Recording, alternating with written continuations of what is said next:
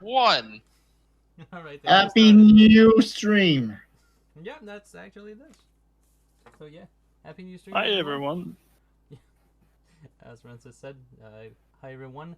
We are hopefully going to finish the fifth book of the Bloodsword series, The Walls of Spite, today. Last time we saw each other, we were trying to face the trials of each door.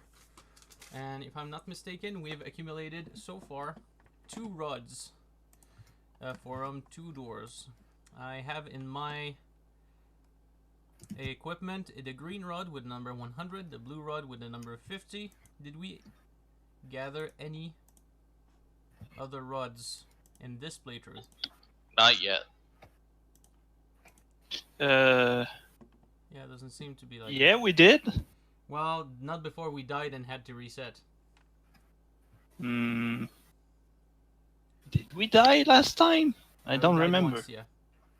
To the white door, if I'm not mistaken, there was like kind of very big enemy there that wiped the floor with us. That's the main reason why your warrior is back, actually. Yeah. Wasn't it the red door?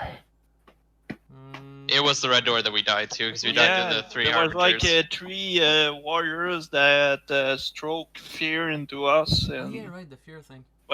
into you guys because I was controlling them. But yeah. We did a few rods. I mean, I think we did the blue one and the green one. Those are the 2 we did in this playthrough, but we did not go through the gold, red, or white. Nope. Why don't we do the gold door? There was a few nice things that happened there. Yeah, if I remember right. Sounds good to me. We need to drink the left fountain? lucky water or something. 354. Alright, let's take a look. You approach the door marked with gift star symbols. Gift stars, the bringer of fate, the bestower of unexpected coincidences, the toss of a coin, and for good or ill. If you have a gold rod, turn to 259. No, we don't, so go to 266. So let's see. You step through the door into a corridor of clean gray stone. The floor is covered with a red and gold mosaic. If you go down the corridor, turn to 398. If you head back to the large chamber and choose another door, turn to 119. I believe we will all continue. Sounds good. Yeah. Alright. I'm passing through these quickly, mainly because we already did those. Although, I don't remember exactly what choices we made. So you walk forward, a section of floor gives way under your feet, a pit, roll 1 die, the roll is odd, turn to 463, if it is even, let's turn to 545. So who's gonna roll? Who wants to roll? Okay. So already rolled. Alright, so it is even, turn to 545. Let's see if that goes with the same event as last time. By stroke of remarkable good luck, okay, no, that's not the same event, you manage to grab the lip of the pit before falling in. Below you, you see that the floor of the pit is lined with vicious steel spikes. In any case, you haul yourself out and press on. The corridor ends soon with 3 doors, one directly ahead, one to the left, and one to the right. They are all of wood, featureless, and unmarked. So I don't remember what choice we did last time to encounter the fountain. I believe I voted for left, but I'm not exactly sure. I think it was left.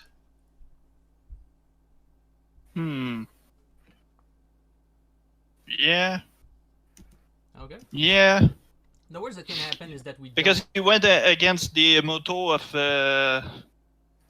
Dungeon of Nullbuck. Well, Dungeon of Nullbuck, which is to aim for right. Well, and go directly to the last boss. It's reference to a Just maze, kidding. It's a reference to a maze solving technique. Always go to the same direction. Always turn the same way until you reach the exit. Yeah, I think it was left. Okay, let's see. Let's see if it's the same. Moving on the slab, you are relieved to find you have not set off any trap. You step off the stone grid in front of the dais. Turn to 303. Did I actually skip a step? I don't remember hearing about a dais.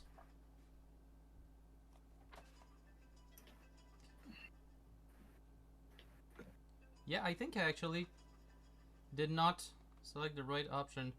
Just a moment, I'm going back to the previous paragraph. Because it doesn't feel right. 98.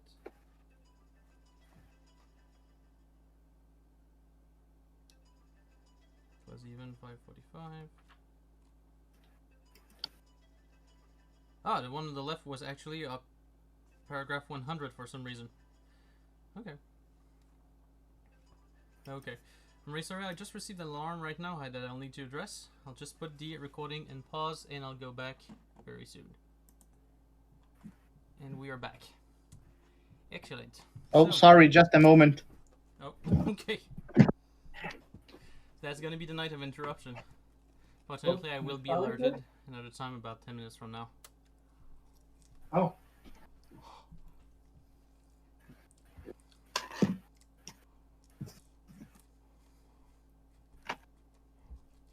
Just a moment, I'll need to go get some food. I'll be back shortly as well. Okay, well, let's put that on pause then. Again. Yeah. We're back once again! Hello everyone again.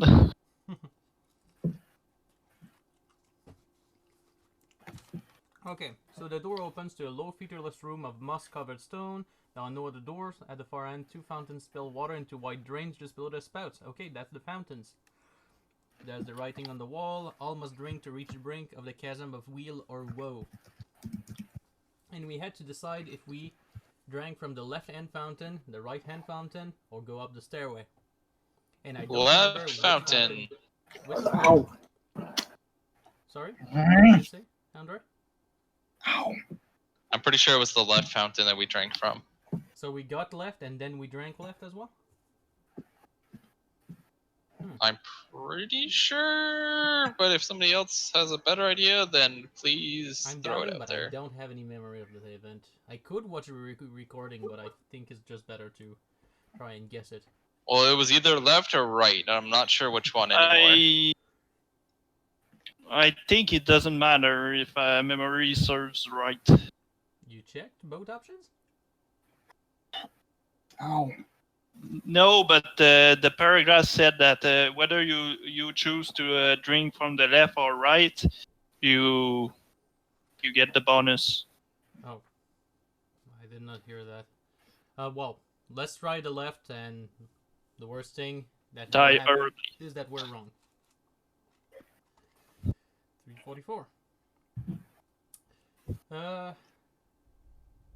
As soon as you take a sip, both fountains dry up, a wave of well-being washes over you. It's a magical blessing. You receive a bonus to 1 to all dice roll you make in the next 2 battles. That is, subtract 1 or add 1 to any die roll you make, whichever is beneficial. Multiplier party, the blessing applies to everyone, not just the player who drank. That's nice. So yeah, that was the left one. So 206 then. Bonus dice roll! For 2 fights. Oh yeah, right. After that, we ascend the stairs and we encounter the ever-changing. What the right one does. I don't know. So we encounter the amorphous creature that constantly changes shape, that has a writhing mass of eyes, maws, and kittens. Oh yeah, that thing. Carapace. So It was we'll have lovely. to fight. Well, let's battle them. Yeah, absolutely. I'm currently getting the Anarch. So the creature's name is the Anarch, and I'm getting its stats back up. That thing. Alright, so as for the base stats, I'm getting there. Base stats. So physical prowess is of 8. Damage per blow is 3 dice 6. Psychic ability of 6. Awareness of 12. So very quick creature. And armor rating of 1 dice 6. So every time it is struck, we have to determine how much resistant it is, and it has 30 endurance. So not only that, but each time it strikes us, each time it strikes us, we have to roll for the number of attacks it makes against the target. Also regenerates at the end of each round. Roll 1 die. That's the number of lost endurance it regains. It's immune to Salvat and Fragment, but all other spells work as normal. And every time it does damage to someone, we'll roll a die to figure out what's happening. Okay, so we have a bunch of things that we have to remember about this creature. I'll just put a signet on this. Excellent. Oh yeah, right, I should probably do the battle map. That would be fine, eh? Alright, so let's... Okay, this one is 5 by 4. 1, 2, 3, 4, 1, 2, 3, 4, 5. Alright.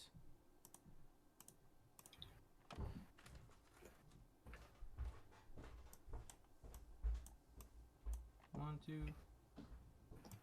3, and 4. And we'll have the Anarch going here.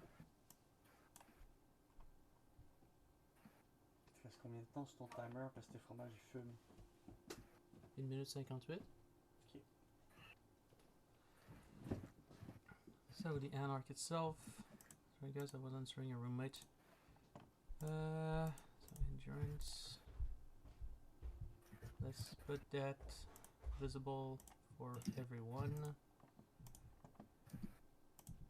I can remember. Okay, so, and let's add its initiative. Everyone has the initiative bar with you? Yep. Alright, so the Anarch will move first to the nearest creature, so it will go to the warrior. That's its turn. Trickster, you're next. I will move up next to it. Do you want to go completely all the way around it since you have the movement, or just stay here? Okay. Good. Nope. Right there's fine. Mhm. Alright, it's the warrior and enchanter's turn now. Yeah. Armor rating, I need to roll a... No, well, you don't need to roll anything. You're not controlling the creature anymore. Yeah, but each time we attack it, we need to roll a die 6 for its armor rating. Oh, I'll roll it as soon as you do damage. Don't worry about that. Okay. Well, here goes nothing. Right, that's a hit. Clear hit. Alright, That's how 7 many damage. like 7? Okay. Yeah. Alright. So 7 damage and minus 5, so 2 damage. You have a second attack? Yep. Alright, and I'll have to put a second pause because my second alarm just rang off. So I'll be back while you resolve that attack. And we're back! Sorry for that. We'll try to... Ada? Yep.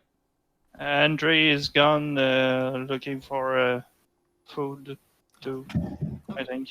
A drink or something. Well, I'll resolve our actions, and when it comes back to the turn of the trickster, we'll advise. So, how much does the creature defend? It defends for 3, so 10 minus 3, 7 damage on the Anarch. Okay, so it will be my turn next. As the enchanter, I have 1 spell prepared. I'll try to fry it out of existence. Considering my current psychic ability. 9 minus 5, 4. I need 4 or less. That's a 6. That's not gonna cut it. Sage, what do you want to do? Sage? Pierre-Yves?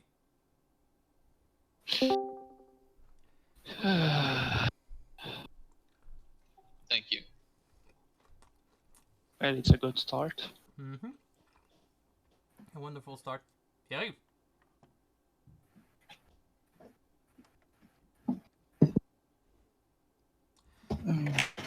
Pierre-Yves?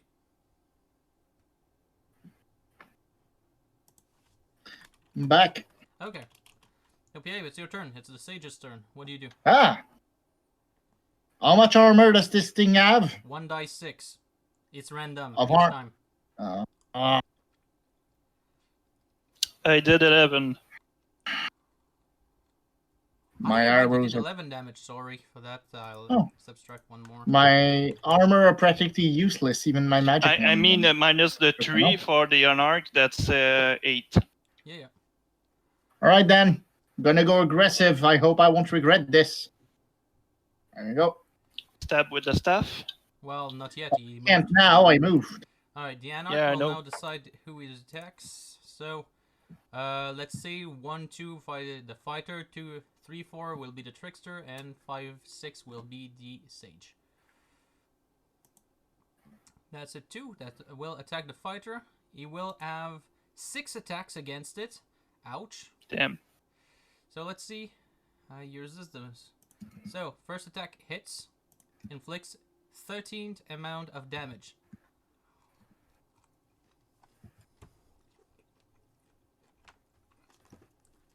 Not only that, I need to roll a die to figure out what's going on. Let's see. And then you must make a psychic ability check or be paralyzed for 3 rounds. 2 dice, 6, I guess. Yeah, 2 die 6, and you need to have under. Well, I am paralyzed for 3 rounds. Okay, let's put a marker on your character just to recognize that. Effect, paralysis, I'll use, let's say that one. The lightning symbol in your thing. So that will be the first round it happens. So, but that's not the end. There's also 5 other attacks needs to be done. Second attack hits, inflicts 16 amount of damage. That's ouchie. Looks like I'm going to die. Let's hope it's not the case. Did you update your endurance? Give me a sec. Okay. Into math. My brain is not working as intended. Let's understand. Okay. Third attack. Hits. Does 10 damage. And... well, you're already paralyzed, so it won't paralyze you more. That would be the ridiculous. Don't forget to count your armor, by the way. I did. Okay. It's -6. Yeah, I just don't see the numbers because we're too tightly closed on each other. Alright, fourth attack. That hits. 15 damage. Can I roll low for once? That would be great. Nope. It's Adam. He doesn't roll low. Low doesn't exist in his language. This And game nothing just doesn't happens. want you to stay alive. Apparently. Yeah, I've noticed a trend. Oh, I'm gonna put the warrior on 1 on 2. I roll 1. I roll 2. Each time. It's see. funny. Let's hope you survive this. Fifth attack hits. 9 damage. And nothing happens more. And the final attack hits. Of course it does, for 8 damage. Oh. And you lose 1 fighting prowess for the duration of this fight. Yay. Okay, that's the end of the Anarch's turn. Trickster, if you could reduce it to a pile of ash or something like that. I will try. I hit it. That's great. That's 14 damage minus 4, so 10 damage, which is a very solid effort. Next will be the warrior, but he is paralyzed for the next round, so I will be next. Trying to blast my spell around. I now need 5 or less. That's a 2. That hits. So Yay. let's inflict some damage on that sucker. So that's 30 damage. Whatever he rolls on his armor will not be enough. He is dead. Yay. Yay, the warrior's alive! And his I'm fighting prowess is alive. back to normal. So at least we don't have to worry about it. Bonfire this. Oh, yeah. Burn it until nothing remains. Oh, we get +1 to dice rolls, didn't we? Yes, we did. Oh gosh. Oh, I I forgot forgot. about that. We all forgot to add that stuff. Well, not the warrior. The warrior actually counted that in his damage, if I'm not mistaken. No? Nope, I didn't. Oh. I should have, but I Whoops. didn't. Whoopsie, toasty. Well, the bonus dice is up for one more One more fight. Yep. Let's try to remember it this time. Should last, we I think- try Yeah, healing in a moment. healing? Yeah, Healing just could be fine. Just after. I mean, I have a lot of potion I could use. I understand, but right now we can only heal in narrative paragraphs, and we just passed the combat paragraph. Mhm. So just a moment. At last the thing falls. Taking no chances, you hack it into small pieces. Amid the foul-smelling blubber, you find a short golden rod with the number 100 engraved on it. Note it down on your character sheet and make sure you record the number 100 besides it. So, who takes the golden rod? Does anybody have space for it? I no longer do. Although if I give a healing potion to if I use a pack of healing herbs on the warrior, I could have a space for it. Sounds good? Yes? No? Toaster? Sorry, what? What is What? the item? If I use a pack of healing herbs on the warrior, I Oh no! could have a space. Hey, come on, I'll heal him. I know, but we don't have any inventory space. That's the. All right, use it then. And I already could chug a have, like, potion. Well, at this point, I already have 4 healing potions and a pack of healing herbs. That's like 5 inventory spots. Heal him then. Save me some job.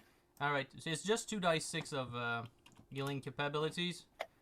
So Oh, I'll it's do that not- right now. He'll be fine. It's not like you'll need my help afterward. All right, so I'll use the gold rod and the number 100, and it's noted. There's no way out of here except that you notice a small hole in the slab behind you. Inserting the rod once and pulling it out again activates the mechanism, and the slab slides up once more. You retrace your step and eventually back to the main chamber of colored doors. 119. Alright, now you can attempt your healing, Sage. All right. Won't be long. So, how many hit points will I sacrifice? You can sacrifice 28. The worst that can happen is you get them back. No, but I can sacrifice 34. If you want to, but 34 will not get him closer to being full healing. He was only Well, missing 28. I have no chance to fail. Yeah, you can. You totally can. Go nuts. There you go. Alright. Damn it, points! So, Warrior, you explode in the ray of a magical healing. You get too much mass. Sorry, you're dead. So I'm over ill like in Dragon Warrior manga where that Oh. guy gets killed by healing. Yeah. How many freaking hit points was that? Too many. 34 times 6 makes 4 Oh. makes 2, 3, 4, 9, 18. 204 hit points. 204, yeah. Yeah. I hope you're healed. Yes. I feel fine. We only have 2 doors left. I am ready to get my ass handed to me for the next fight. So the red door or the white door? Red door. Hands down, we have the dice roll. We need to use it. Oh, yeah. Yeah. Let's try it out then. I am agreeing with this. Alright, if you have a piece of rod that is red, turn to 204. No, we don't, so let's go to 51.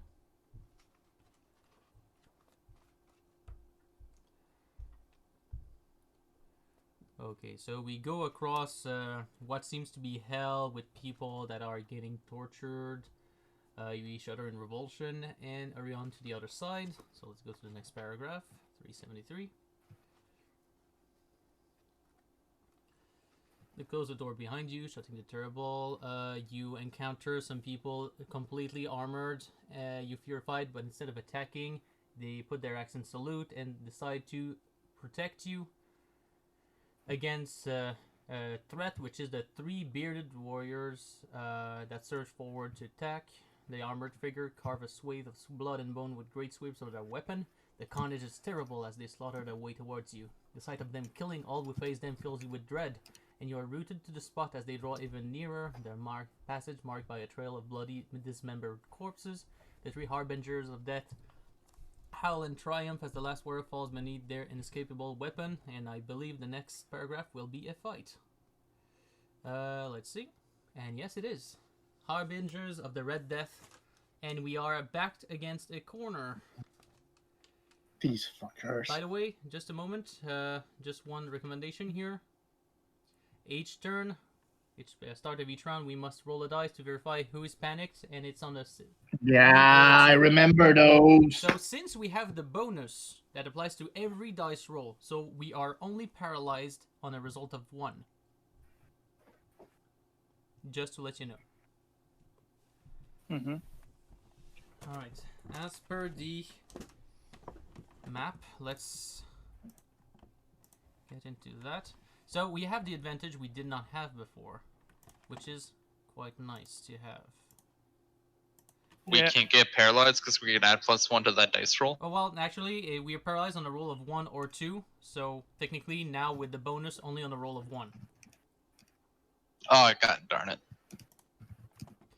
So, another change that happens, just a moment, another change that happens is that instead of being directly next to a Harbingers of Death, I am in the corner, literally. No, actually, I'm not literally in the corner, I am just 1 square down from the corner. Well, that's the Sage's icon that I keep moving. And you're here, and the warrior's here. The Harbingers themselves are quite frightful in their stats. But let's... Harbinger of Red Death. Let's just take their stat in a moment. Alright. So their physical prowess is 8, as is normal, but their damage per blow will be 5 dice 6. Hopefully for us, they don't have several attacks per round, so they will be less threatening. And their one, the psychic ability is 6, their awareness is 8, and they have an armor rating of 5, meaning arrows are next to useless against them, and they each have 35 points of endurance. Neat. I'm gonna walk them then.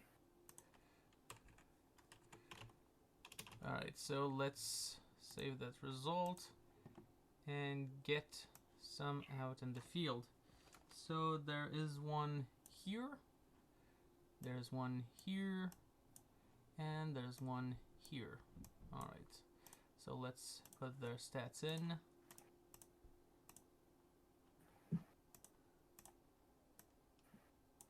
So let's call him Harbingers 1. Call this one Harbinger 2. By the way, do you see his life, or did I forget to update it? Missing the life. Okay, so I'll just update. I did the one at the top, so if you don't see it, I'll just update this. There we go. And let's go for Harbingers 3. Which again it has 35, which can be seen by everyone. There we go, and it's done. Do you see the healing, the health bar for each of them? Yes. All right. For this fight, do you think I should just prepare 2 Nemesis Bolts just in case? Yes. Or should I boost your stats and then put a Nemesis Bolt? No, I think the 2 Nemesis bolts should be more than enough. Anyway, I don't think I can kill them one shot. You'll have to help me on that. But still. Let's update my psychic ability and add each of these guys' stats. They all have 8 of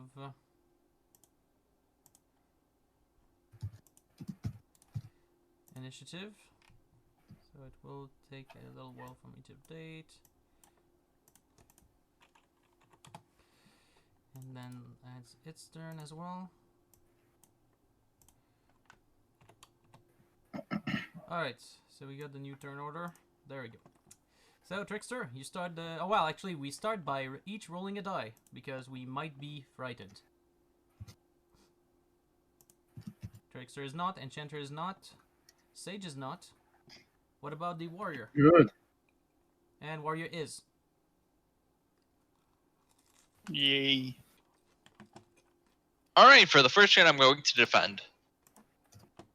Okay. The Warrior is currently paralyzed by fear, so he cannot do anything. As for me, the Enchanter, I will try to blast this for the Harbinger closer to the Sage. I'll blast this one. The one at the bottom. So I need 5 or less. No, I need 4 or less. That's a 4. That hits. That's great. So 37 minus 5 the armor, so that means he gets a 32 damage to the face. That might even the playing field a little bit. The Harbingers will move. So in order to figure out if this one moves left or high, I'll just roll a d4. Let's say 1, 2, he moves up. 3, 4, he moves left. At a 3, so he moves there, which means this one moves here. That means this one moves here. And that's it. That's their turn. Sage, you are with the 2 enemies, apparently. Will you try Sounds like the odds. Perhaps I should defend. Or wait, there's one almost dead. Mm-hmm. I'll try to kill that one then. Yeah, that's one courtesy Fine, of Enchanter. I'll do a regular attack. Hitting is more important than damage. Yep. I do agree with that statement. So, there you go. I hit. That's great. 2 dice 6 plus 1. 2 plus 2. Plus 2, don't forget. Oh, 7. So minus 5. So it has 1 endurance left. Trickster, it's your turn. I will attack the one that is beside the Sage. I hit That is true. for 17 damage. 18 actually, considering the bonus. Except if you already... That is calculated. considering the bonuses. Ah, that's considering bonuses? Okay, so minus 12 damage. There we go. The Harbingers of Red Death, they are statues, they're not undead, so we cannot make them roll for...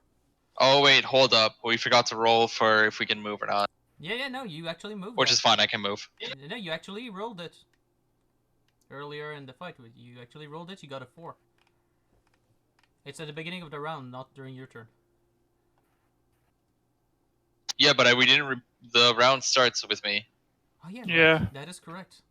Okay, I will roll as well to figure out if I can... It's fine, I'm okay. Okay, I'm okay too. Sage, what about you? Can you move? Well, for the fear, Yeah, for the fear. Yes. Hey, we're all good this sweet. time. I'm just going to refresh because I seem to be missing. Okay. No problem. Refresh your screen. Where the heck? Oh, the Sage is over there. I see.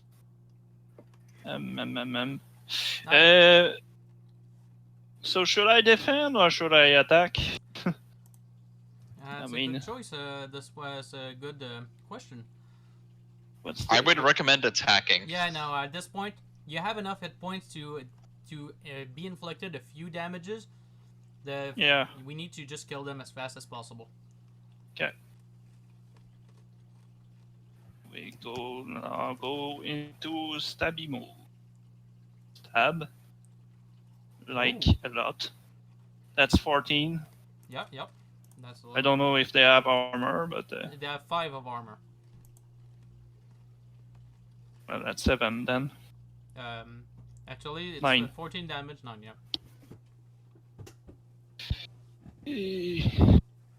Me, Francis, the master of maths. Mm-hmm.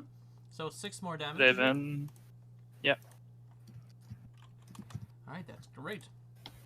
I will Yep. attempt to get one down, the one with the highest amount of endurance. So now I need a 5 or less to hit. That's a 5, that's great. Good. Let's kill the one in the middle. So I killed the one in the middle, but we're doing that on the same turn, so they still have a round, technically. Yeah, So as per the rules. Yep. So Harbingers, number 1 will target... Just a moment. The Harbingers have read that. So the Harbinger number 1 will attack the warrior. Will hit for 14 damage. I see. You have chosen that.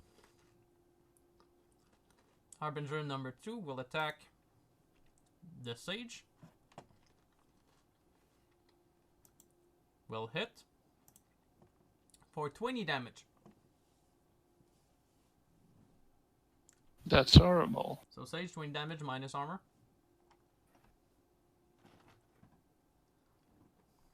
Sure. Am I targeted? Yes, and you get inflicted 20 damage minus armor. Ouch. Yep. Alright, so 17. Yep. So. And the Ouch. last Harbinger only has the Sage to target, so he hits. And inflicts an additional 16 damage minus armor, of course. Oh, wait, so it's. 17 plus 13, which makes 30 damage from the start. Fortunately for you, one of them dies on the effort. So at least... Ouch. Ouch indeed.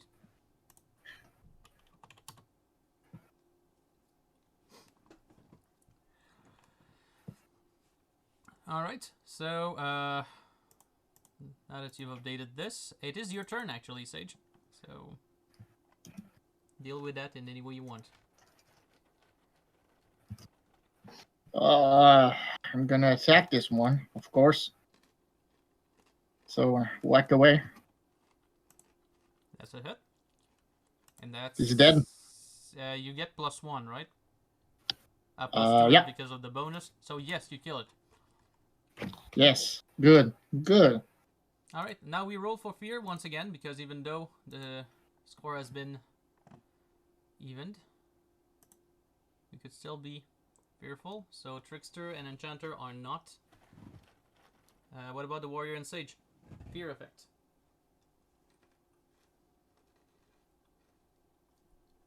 Warrior and Sage? Okay, so Warrior is paralyzed. I have horrible luck. What about you, Sage? Are you paralyzed this turn? Ooh, No. I think I do. No, you're not paralyzed. Oh no. All right, let's try to kill it before it kills me. Good. That's a hit. And that's not enough damage. Alright. So the warrior does nothing. The enchanter prepares another spell, because I have a limit on how many of those I can cast. So with the amount of hit points it has left, I will prepare a level 2 spell, which is the one that does 3d6 damage. I think something blade. And this is the Harbinger's turn. That will target this time. Because of fucking course, it will target the warrior. So let's go. It hits because yes, absolutely. Why not? And 18 damage. I should have a tally counter of how much damage I took That would actually be great. since the start of this quest. A little late for that. Because I think I've been the #1 punching bag of the group so far. Well, you've accomplished your main purpose greatly. No, I'm kidding. Yes, which is to tank everything in the face. Alright, it will be the sage's turn. What do you do? Do you drink a health potion? What do you do? I don't have any health potion. Oh, okay, because you have too many quivers, is that right? Yes. that are close to useless at this point of the game. I would Yeah. recommend defending and doing absolutely nothing. That's about what I'm gonna do. And no, they are not worthless. They are beautiful crafted arrows. They are made of perfect durable wood. And they feel like pine cones to enemies, most of them. They make me feel better and safe at night. Okay. So it is the new turn, so let's see who is paralyzed. I'm not. Trickster is not. Warrior is still. Seriously? Seriously. Wow, come on. That's the worst luck. What about you, Sage? Fear. Am I feared? 1. That's a 1. You should have saved that roll for the next time, Warrior. He rolled kind of. By the way, I'm going to attack the Sorry, Harbinger. guys, I am pissed. You have every reason to be. RNG gods. Well, I RNG hit. Jesus is not for you today. And the creature is dead, indeed. End to the fight. And we survived that one time. Because of the sacrifice Yay. of our great I'm warrior. still alive. Well, because of your ability to soak up the damage, Warrior and Sage. By the way, Sage, congratulations on Yeah. surviving 2 heavy blows in a row. Alright. Let's say we win, so we go to 335. We'll get healings very soon, but not to... Yeah, well, I'll heal all I can on myself, mind you. Well, not a moment. Wait a moment. We haven't done a paragraph yet. So the last Harbinger of Red Death topples to the ground with a crash. A chill runs up your spine as you notice that inside their armor there's nothing but empty air. Their weapons are too heavy for you to carry and their armor too large.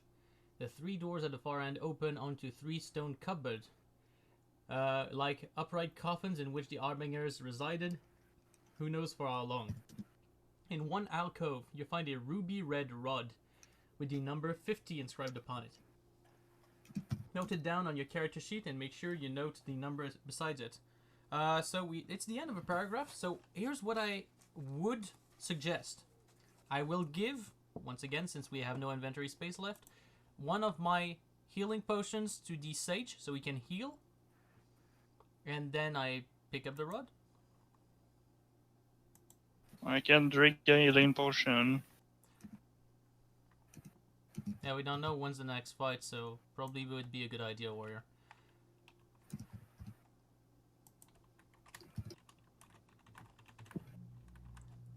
And take the rod if you want. Well, it might be best if not the same guy holds all the rods, so yeah, go ahead and take it. So it's a red rod, and it has the number 50 inscribed upon it. So note, red rod 15. 50, 50. 50. Oh, 50. 50, yeah. Alright, so I will roll for the healing of the Sage. Give me a sec. Yeah, no problem. Sage, you get back 12 endurance points that you can now use to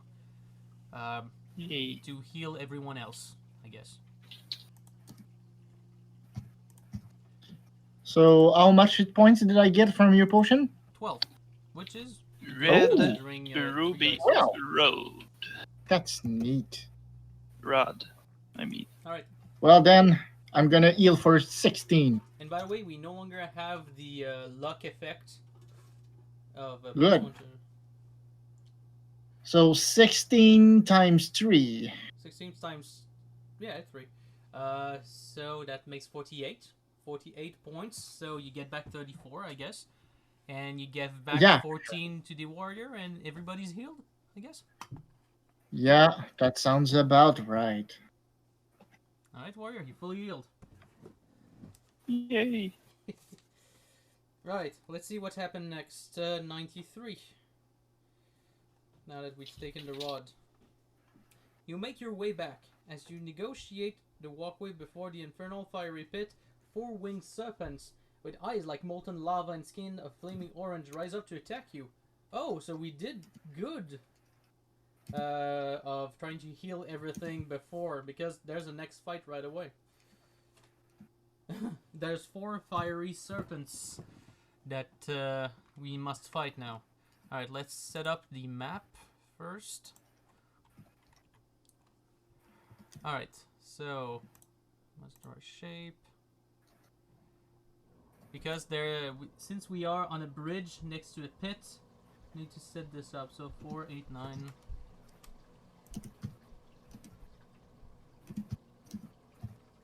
Alright, so that's the first side of the bridge.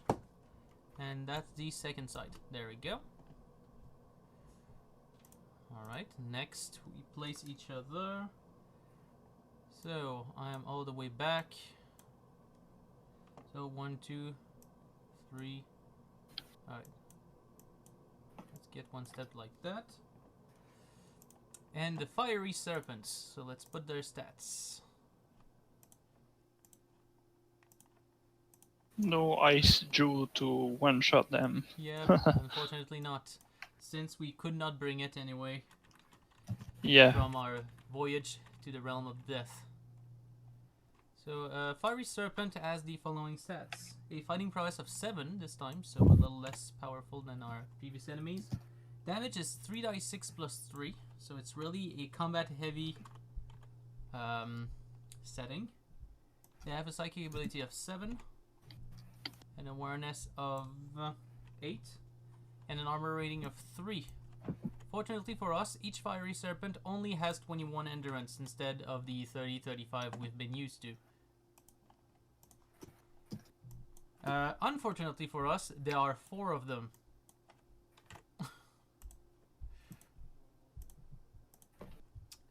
So the first Fiery Serpent will be right in front of the warrior. The second one will be on top of the warrior. The third one will be at the bottom of the warrior. That's not me that's deciding, that's the book, by the way. I have nothing against you, Francis. Yeah. And the fourth one is Sure next you to the don't. sage. I'm not kidding, that's how it's set up. Strategic retreat? What? No, we cannot flee because the way back is where we found the statues. You cannot flee as they can fly. They are too fast for you. We cannot go over there? Like over there or something like that. I don't know. Unfortunately, no. That's basically that's the end of the edge of the map for. So yeah, that consider that the bridge extends farther away here till it reaches a new floor. I have not suffered enough. Apparently not. According to Fighting this book. progress of what? 7 is not so bad. I mean, they have 21 HP. Yeah, they're not so bad, but Andrew, give me the sword. I need it. No. I need a sword. well, he can give you a sword, just not the blood sword. Yeah, I need a blood sword for that. Yeah, you'll be fine. Nope, I won't. See, they do 3d6, so Plus 3. the maximum 3d6 is... plus 3. So maximum Oh, 21. yeah, oh crap. 21, and that means they can do about...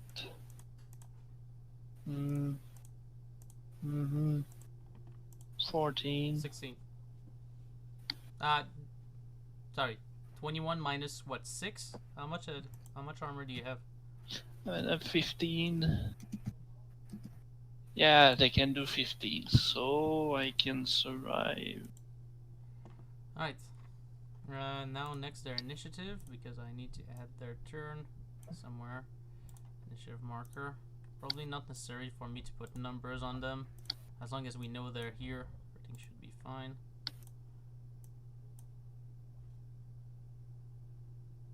So what's their initiative? 8. Okay. So the 80. No, that's a joke. Alright. So, Trickster, you can start. By the way, they have an armor of 3. So I'm not exactly sure what you want. 3. Alright, not too bad. Well, I can't do anything because I can't go and attack them, so I'm going to defend at this moment. Okay. So, warrior, you can start. That's why I need the blood sword. I could Probably. dish more damage with Well, it. only with one attack. You cannot do that for both attacks. But yes, you're right. Bloodsword was, I think, designed in this book to be held by the warrior, but apparently we're doing something different, which is not bad. We're just trying stuff. That's 6 damage. Should really switch me into the first spot. But yeah, That's maybe. 3 damage on the top one. Yeah, next fight probably we should switch you to the first spot. So first one we did 3 damage, 6 damage, sorry, but 3 since they have an armor. Yeah. You're talking the one at the top or the one in front of you? Yeah, the top. Okay. I mean, it doesn't really matter. Not really. Did you hit with 11? Nope, I didn't. No. Just in your. I'm used to it always hitting. That's why. Okay. On my end, I'll try to alleviate your burden and put a ray on the one below you. Yay. Okay, so let's try to hit. I need to hit on a 4 or less. Please, dice gods. Yeah. Great, so... That's 23 damage. Oh, God, no! Exactly, just not enough. Well, the sage could hit it with an arrow or something. Well, it's not. It's their turn. All right. So yeah, let's go. So the one at the top will attack. Will miss. Second one in front of the warrior will hit for a total of 17 damage. And the book says that if I roll 15 or more points before deducting armor, I must go to paragraph 3 for the moment. So first, inflict your damage, and then I'll tell you what happens. I get burned. Burn damage. I mean, if I was a sadistic DM, that You scream in terror as the fiery serpent buffets you over the edge of the walkway, and you plummet into the flames below. Each round you are in the flames, you take 1d6 damage with the armor, giving no protection. With a levitation or a flight spell, you can rise back up to the walkway after just one round. An enchanter can get back without the walkway with a spell of immediate deliverance, but it will take damage for each round the casting takes. Other characters must wait until their companions, if any, have slain all of the fiery serpents, and they can pull them up to safety. So if there are other players still fighting the serpents, they continue to fight at 93. While you still take damage from the flames each round as described above. If you're Sage or an Enchanter, join the fight at 93 when you get back up on the walkway. If you are adventuring alone and are not a Sage or Enchanter, or do not have the flight spell, then there is no escape for you. Once you have burned to death, you will spend an age suffering the torment of the flames as infernal inhabitants. Your adventure ends there. Okay. So we need to save him presto, right? We need to kill all the serpents as quickly as we can. Because each round he will be inflicted 1d6 damage, and the armor doesn't count. Hey, you can still Trickster. Do you have any potions? You could still heal him. I have potions. I can heal myself. He's not next to the Trickster for him to use a healing potion or anything like that. He's down. Okay, sorry. We are on a bridge, and he's down the bridge, basically. Well, at least he can heal himself, and we'll kill them fast. We'll save you, warrior. Okay, Don't worry, you're in good Trickster, hands. the next fiery serpent will go next to you. And the fourth one will attack the sage. Alright. Let's see. And that's a miss. So at least we have that. It will be the sage's turn. Well, Okay. I'm gonna... Shoot an arrow at the one below me so I can move over one space. Yeah, that was my plan. I'll do that. I'll shoot a regular arrow to Just save my check magical one little ones. thing about archery. Can you do that while you are on a... adjacent. I can shoot anywhere I want at him. Yep, that's what it says. I just confirmed it. So I can. I still have a +1 to my prowess since I have a magical bow. So That's right. that's that. And you hit. And I hit. And I get 4 damage. That's just enough to kill the fiery serpent. Oh wow! Well, Trickster, you're next. I have moved over to start trying to tank some damage. All right. Why do I still see the Do fire you know, serpent? Trickster, since the fighter is out of the fight, they would have come to you anyway. Yes, but I need to. It'll work better this way. You mean they're gonna get 2 Or would feet it be attacks a- against you? Yeah, but aren't they going to be attacking the warrior still? No, they cannot. Or is it? They're busy with us. Oh, they can't. No. Well then, I'll wait a moment, and hope the warrior doesn't die in that time. So you defend? Yes. Alright. So the warrior, you take 1d6 point of damage. You can roll for that.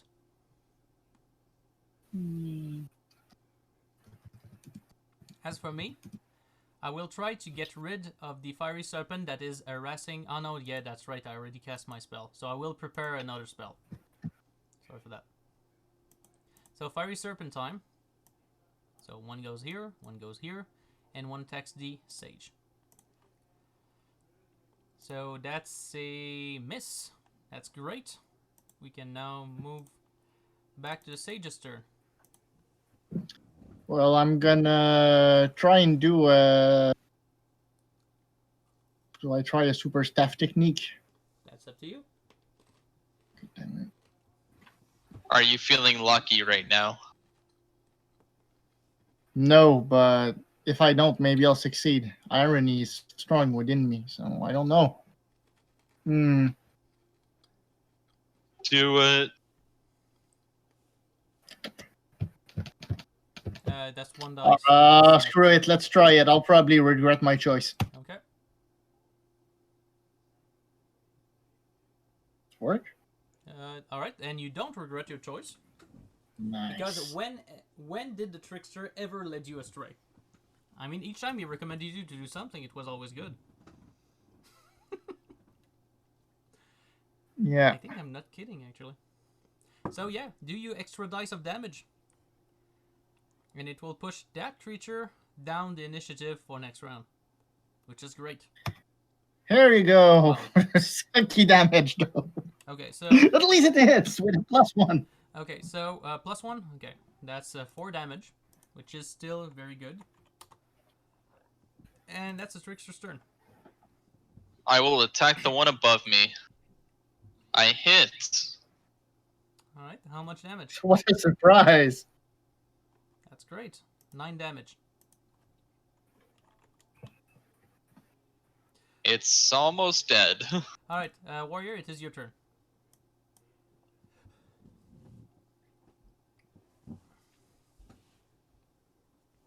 My turn? Yeah, well, yeah, you get to inflict your damage. My turn to burn, you mean? Yes, your turn to burn. 1 damage. You're still alive. And I. You have a high fire resistance. Oh yeah, yes. Apparently. On my end, I'll try to cast a spell on the fiery serpent that harasses the sage. Let's see, 4 or less. I'm lucky this time. And I kill it. That's great. I'll get to help the trickster in later rounds. Alright, the 2 fiery serpents that are left will attempt to attack the trickster. So the first one hits, surprisingly, and inflicts 14 damage, which is not enough to get you to plummet to your flamey doom. Okay. The second one misses, as intended. Alright. Sage, it will be your turn. Well, they are a bit far away, so I'll try to shoot an arrow at the one above the trickster. Alright. You shoot your magic arrow. Magic bow. I have my magic bow, but I keep my magic arrow for a good fight. I still have 18 regular arrows okay, to use. So, you know. What's up?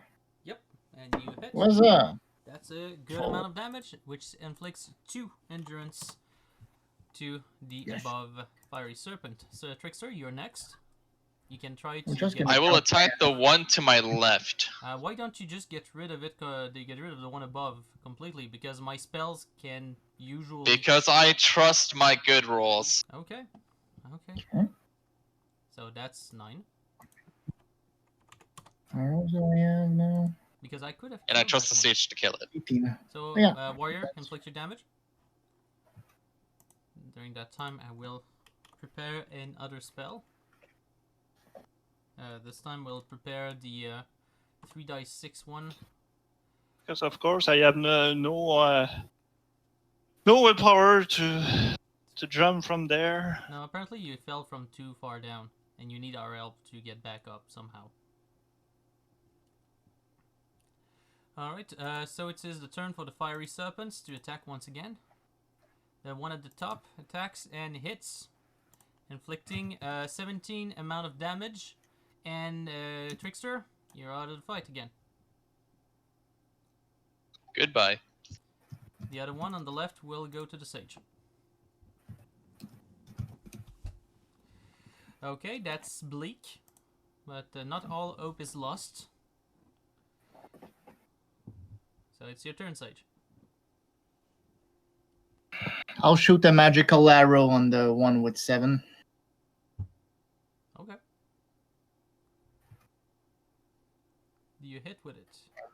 I mean, do you need the help? I'll provide. So it was plus 3 damage to my arrows. Yes, it so. was. Do you hit? Do I? Do you? Damn, it was a plus 1. How much? Much fighting? I needed one more. Ah. So you use that magical arrow. Fortunately, Trickster, you get to roll 1 die 6 for your damage.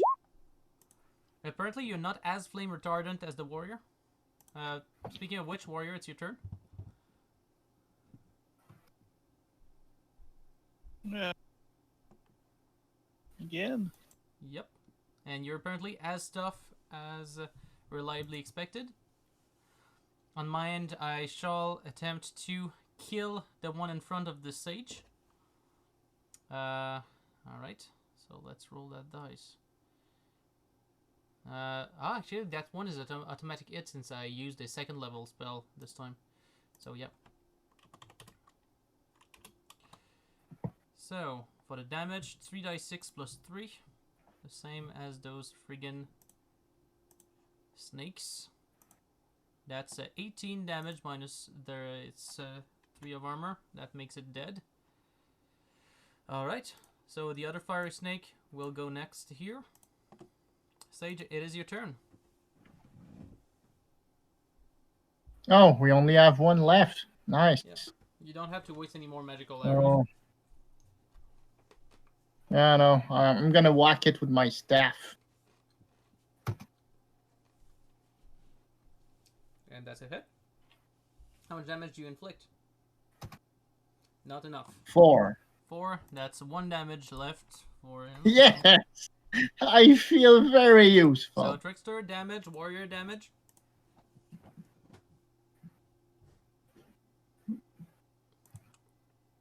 On my end, I shall prepare the same 2nd level spell I have, which means the Fiery Snake will have 1 free hit on the Sage.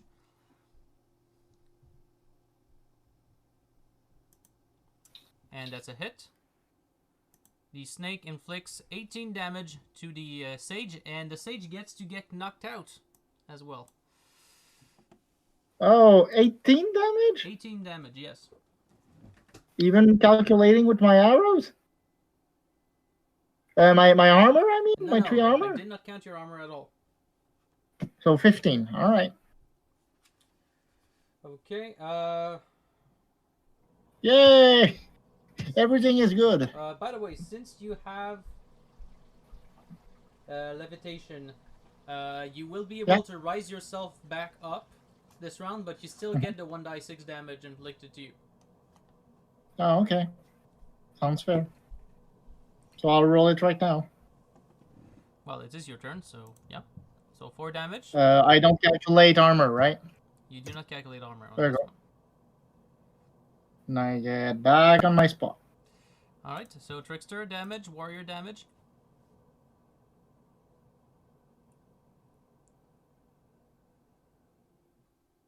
Everybody is burning. Everybody is burning to death. Everybody is burning. Alright. And it doesn't feel amazing at No, all. it doesn't. Alright, Sorry for the I sound. shall try to finish off the Fiery Serpent, and I managed to do it. But not before the Fiery Serpent has one last shot at the Come join us in the fiery bat. the Fiery Serpent does not hit the Sage for that last part. So the fight is now officially won. That was an ordeal. Yes, it was. Alright. No one kneels my healing ability, right? Nah, not at all. I'll heal you though Not because yet. I'm At like, least No, those not yet. fights are better than what I fought in the previous campaign as Dungeon Dragons. What I did mean, you fight? they're the way the battlefield is set, the abilities and all. It's interesting, say the least. It's Alright. challenging. So you slay this last serpent, which falls fluttering feebly into the flames below. Hurriedly, you make your way out of this hellish pit to the Chamber of Doors, turn to 119. So yeah, that's the end of Heal the us narrative all. paragraph, so we can get healed.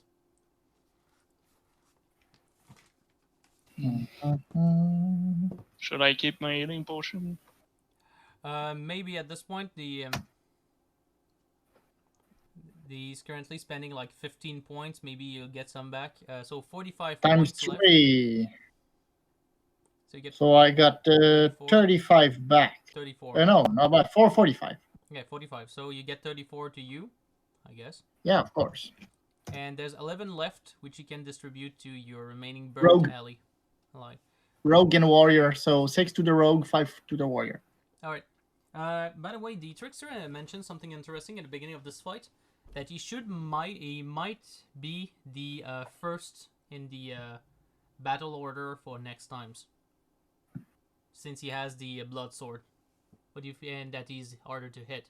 What do you feel about that? I wouldn't object. Warrior, you want to take the second seat? Sorry, Aspas there. What's... So the Trickster has suggested that he should take the first battle order for next fights. Meaning he should get on front. Because he has the blood sword and is harder to hit. Sure. Great. Okay. So let's get to pick the next door then, now that it's decided.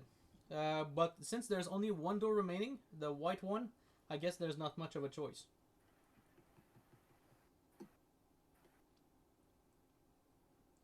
So 3:30. Do we go at another paragraph? Yes, we go to another paragraph. You can attempt a second time healing. So 34 times 4. Think we're all good. So 6, 12, 136. 136 points, which is, yes, enough.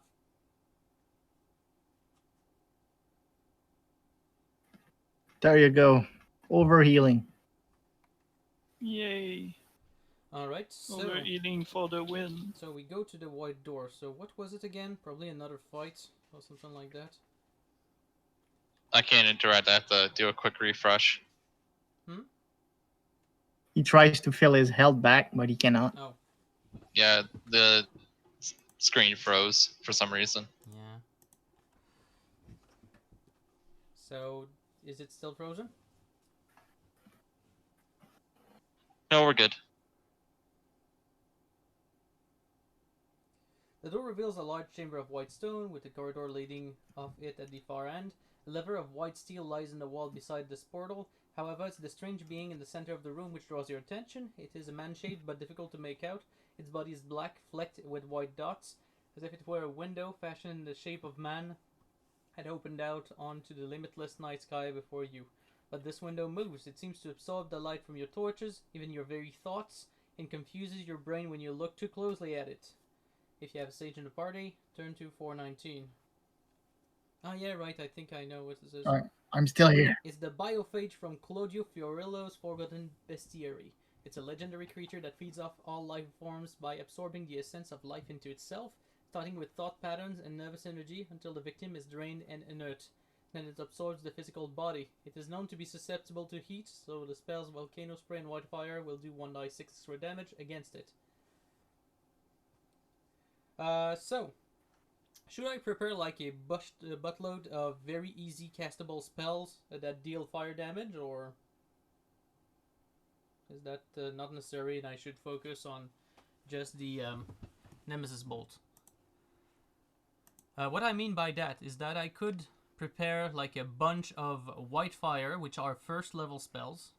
I could prepare safely about 5 of them. And that would deal 3d6 plus 2 endurance each time. Or I could just prepare a Nemesis Bolt with 7d6 plus 7. What do you think I should do, guys? Nemesis Bolt should be nice. I think Nemesis Bolt is good. Try it! Okay, well, Nemesis Bolt it is. The fights will probably not be very hard, except if we're very bad lucky, so maybe. As far as we are, so let's see. Oh, no, yeah, that's correct. The Trickster is number 1 for the moment. Okay.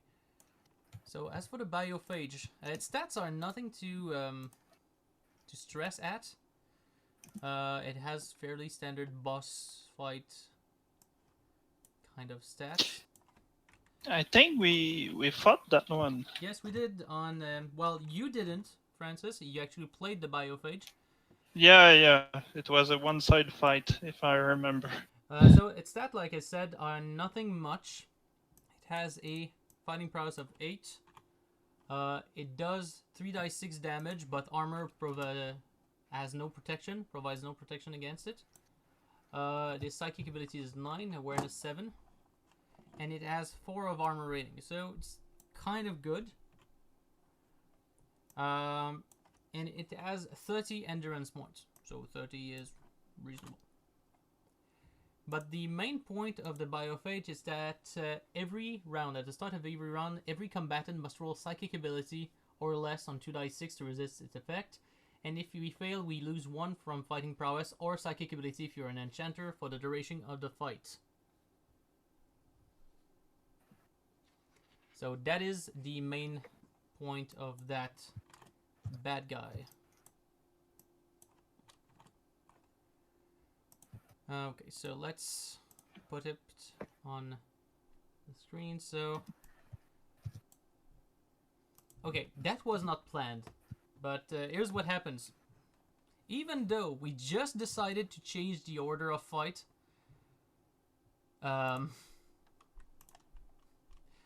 the warrior is the one closest to the Biophage during that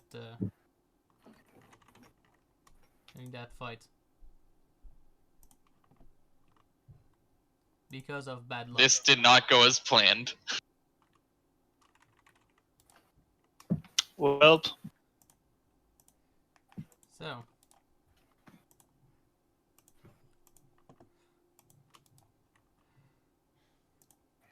Maybe next fight it will go as planned. Oh gosh. Alright. can my warrior develop foresight? I mean, the number of time he was in the short end of the stick is... Like kind of a survivor's instinct? Something like that. Yeah. That would be great. I don't think it's in the rules. It'd be funny if he had an ability, I don't know, Alright. charge or something Let's like try to that. kill it fast. Although it has 4 of armor, so arrows are nearly useless against them. So Trickster, what do you do?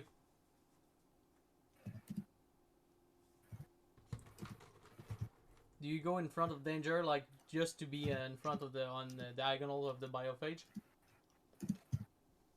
We'll move up one space and we'll see how that goes. Okay. Okay. So, warrior, what do you do? Do you defend? Do you... Oh, yeah, no, sorry. We forgot. At the start of the round, please do a psychic ability test. I succeed on mine.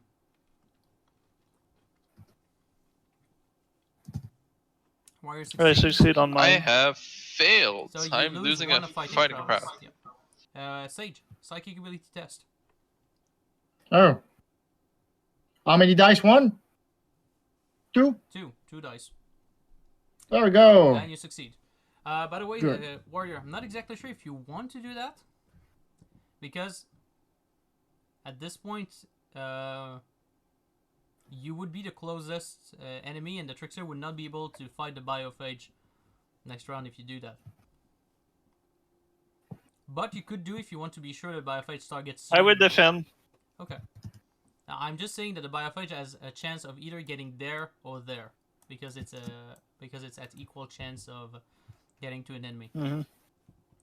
That's why if you want to make sure that the biophage targets you, well, you can go there. But if you decide to defend, it's alright. On mine, I'll try to end this fight as quickly as I can, so I will attempt my spell. 4 or less. That's a 5, unsuccessful. That is the sage's turn.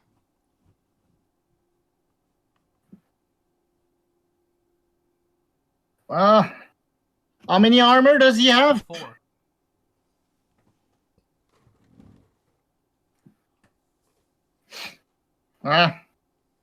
I'm just gonna prepare for a whack soon enough.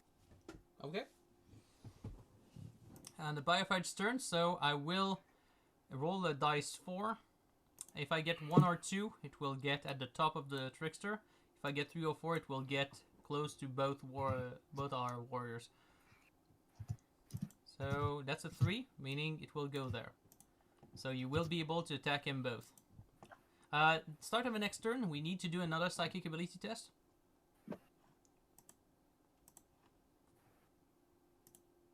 I succeed. I have succeeded this time. Trickster succeed. The 2 other people, Warrior and Sage. We need a psychic ability test on 2 dice.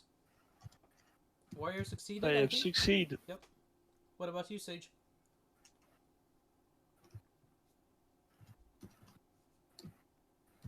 So let's see.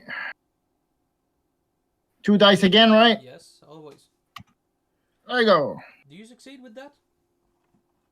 I'm not sure. Psychic ability, how much? I got 8, so barely. Yeah, you got it. That's great. Trickster, you can now decide to kill it. Don't forget, you already have a -1 to fighting ability. Fighting pro. Yep, I will try to hit it. That's I missed. Even with your full stats, you would have missed, I think. Yeah, I missed by 1. Warrior.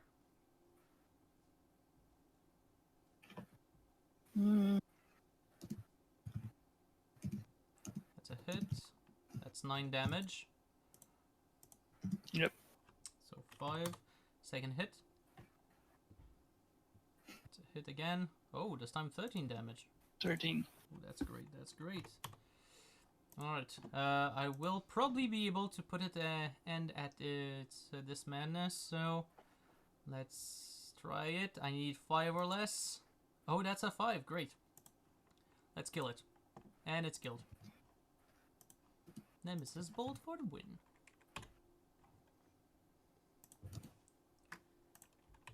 Alright. So, end of fight. Okay. Now, yeah, that one was fairly one-sided. And, by the way, Trickster, it was only for the duration of the fight, so you get back your fighting prowess. Woo! Let's go to 322, and let's consider this. The biophage lie dead before you. There's a white rod sent into the wall behind its carcass, which you just instinctively grab for. It comes away in your hand. Noted on your character sheet, and that it has the number 16 engraved upon it. I have one slot left of inventory, so I could take that one. Sounds good to me. So white rod with the number 16, 16 on it. And further on from the corridor ahead, you hear a crumbling roar of failing masonry. You hurry down it, curious as to what caused the sound. Go to 258. 258, 258. The corridor opens out on a deep chasm spanned by a thin stone bridge. A cold blast of air, fetid and damp, wafts up the crevasse. The sound you hear is crumbling stone. The bridge is breaking apart. Every second, larger chunks of rock fall from the bridge into the chasm where they whistle away to the silent depth. So will you head back to the Chamber of Doors or run on what the bridge is left and leap out in a desperate attempt to reach the other side? Last time we leapt and we did not have to roll dice and we succeeded. So I guess we're doing the same thing? Yes. Yeah. I don't want to know what happens if we try to come back to the Chamber of Doors the old-fashioned way. So you sprint forward and jump as hard and as far as you can. Your feet leave the edge of the bridge as it crumble in the Stygian blackness below. The other edge of the chasm rushes towards you. You strike it with bone-crushing force, and this is all you can do to cling on. After a few moments, you heave yourself out on the far lip of the chasm. You have made it. Ahead of your corridor widens into a chamber. You head towards it. 407.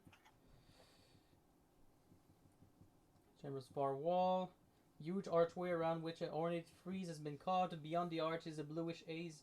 The carvings are of many things: head, geometric patterns, and other seemingly meaningless symbols. The frieze directly above the arch seems to depict some kind of game akin to chess, except that there are only 9 squares. There's nothing else of interest here, and no way out other than to step into the blue haze. Go to 519. So 519. As soon as you enter the haze, you feel a surge of nausea and everything goes black. Suddenly you find yourself back in the room of many doors. Go to 119. And we have made all the doors. So if we have all the 5 rods, they say to turn to 541. So 541. One step closer. So each rod section has a number on it. Add all the numbers together. The total number is the paragraph you should turn to. If you haven't got all the rods, that is if you have cheated, turn back to 119 and choose again. Alright, so I have 4 rods with me. One with the number 100. The second one with the number 50, so 150. Gold rod is 100 more, so 250. I have a white rod at 16, so 266. What's the last rod? The red one? Yep. 50. That's 316. 316. Alright, let's see if that works. Should work. The 5 sections fit together perfectly to make a large key, with the blue section at the end. You step over to the circular slab of steel and insert the key. It disappears from sight and you leap back as a deep rumbling noise sounds below you. The steel circle begins to rise upwards, revealing itself to be a huge pillar of metal embedded in the floor. Up above, in the ceiling, a round hole appears. The pillar of steel rises right up to cover the hole. At the base of the pillar, a door slides open, revealing a spiral staircase that travels up the interior of the steel edifice. You step in and start to wend your way up. 540. Okay, progress. Let's go, guys. You come out at the top of the pillar in a large antechamber with a corridor running off at the far end. Several people are waiting for you here. A couple of men-at-arms, several armed peasants, and a merchant or two. All foes to our astral masters must perish, screams one of the merchants. Death to unbelievers! So, there are a few choices. If you are a trickster in the party who wishes to try something, turn to 92. But if a warrior wishes to try something, turn to 256. I think I already tried the warrior. I want to try something. I think I already tried the warrior path, and I would encourage this because it's just funny. In a fun way, warrior. I recommend this one.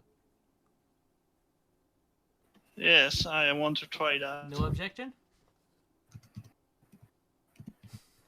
No, I'm fine with it. But the amount of times he can do something. Okay, so here's the paragraph, which I like so much. You've had enough of this unnerving place, and the last thing you want to deal with now is a bunch of crazed imbeciles who revere the foul magi as though they were gods. Your blood boils with a howling scream of battle-mad frenzy. You charge at them, brandishing your sword. Some of the peasants give a yelp of fear and turn tail, running for their lives. Turn to 152 and fight them, but know that the 5th and 6th disciples have fled and will take no part in the combat. Awesome. I just love this. I am sick of those guys. Okay. Alright, so let's start What the would fight. the lawyer do? Run away. And by the way, those mooks are nothing to be afraid of, just to be quite frank. There are 4, by the way, now that we've removed the 5th and 6th. So let's see their stats. Just to be, okay, so... Alright, so their name are disciples. Alright, and the disciples have the following statistics. Fighting prowess of 7, damage per blow 3 dice 6, okay, so they're not so bad. Psychic ability of 6, however, so they're not very hard-willed. They have an armor rating, an awareness, sorry, of, what? The book forgot to put them... The book forgot to give them awareness. What? Seriously? Seriously, there's a typo. There's no awareness for them. So how much awareness should we give them? 1. 6. Yeah, 6. Anyway, they will play after us. I think we deserve this. And they have an armor rating of 3. So they're fairly resistant. And they have a endurance of 15. So like I said, nothing much to be afraid of.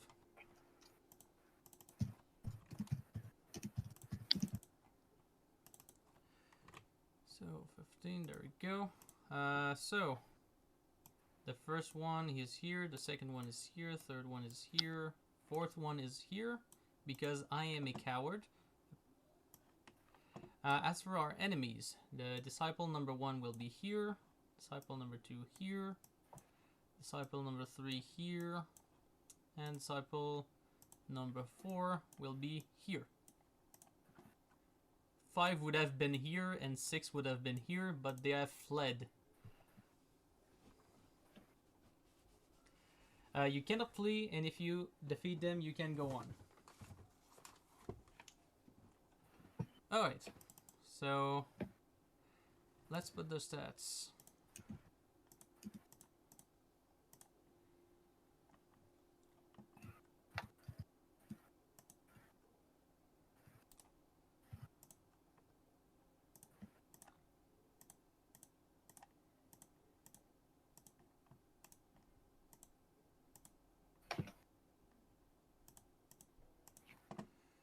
Always forget to do that. Alright.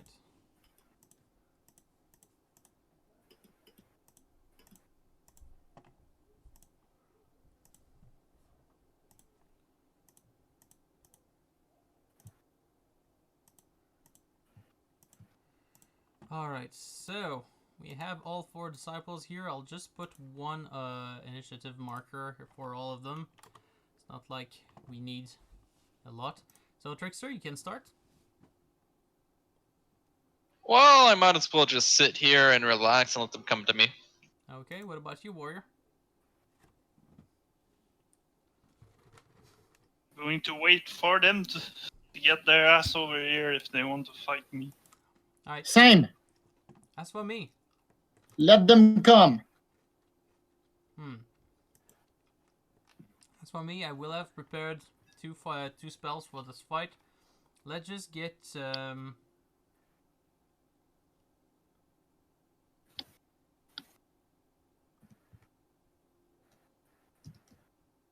No, actually, let's get that fun for everyone. I'll prepare 2 spells, but 2 spells I don't often use. The first one will be a Sheet of Lightning spell for all targets to use 2d6 plus 2 endurance. And the other one will be Eye of the Tiger to boost you guys.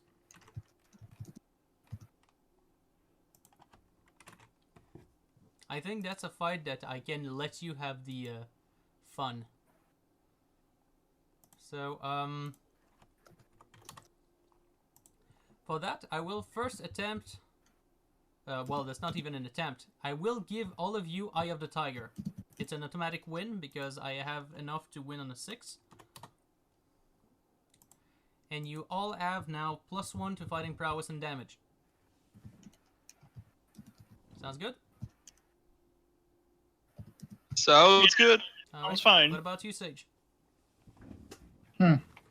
Well, I'm gonna wait to come. I'm gonna wait them to come, right? Or are they shooting arrows? Or are they coming? They will be coming. They're coming after your turn, actually. I'll wait. Alright, so it's their turn. And what they will do is they will move up to all of you. Alright, Trickster, it's your shot.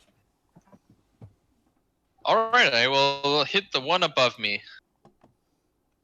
It's a hit. Without a shadow of a doubt. Oh, that was a horribly... It's a whole 10 damage. Whole 10 damage, yeah. 11 damage, no?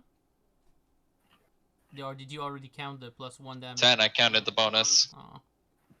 Okay, 7 damage then. Alright.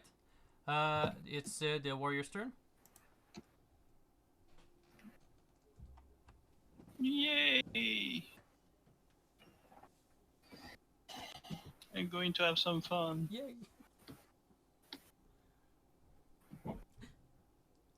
Alright, the first will do what? 10 damage? 6. Well, it's 6 damage because they have 3 armor. But and you have I +1 because of Eye of the Tiger, no? So that would be 7. Oh, yeah, right. Yeah, 7. Alright. Second attack. 6. Man, my roll are horrible tonight. It's okay, you'll have killed him. Not yet, but with my automatic casting of Sheet of Lightning, I will inflict 2d6 plus 2 damage to all remaining enemies. So that makes 7 minus their armor, so 4 damage for every enemy. Just a moment while I update their endurance tracker. This one is dead. And that one is damage. Alright, so that has been my spell. Sage, it's your turn. Yeah. I'm gonna whack him with my staff.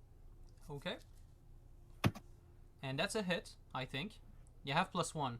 Is that enough? I have +1 for the damage. And to the fighting prowess as well because of Eye of the Tiger. Ah, yeah. How much is it? 9? Well, I'm not sure. No. No, I got 7. Sorry about that. I missed the poor peasant. Oh, it's the disciples' turn anyway. So let's see what they do. So there's 2 on the Trickster. That would be a surprise if they did hit. So the first one hits. So yeah, that was a surprise. For 11 damage. And the second one misses. Okay. And the one on the Sage hits for 13 damage.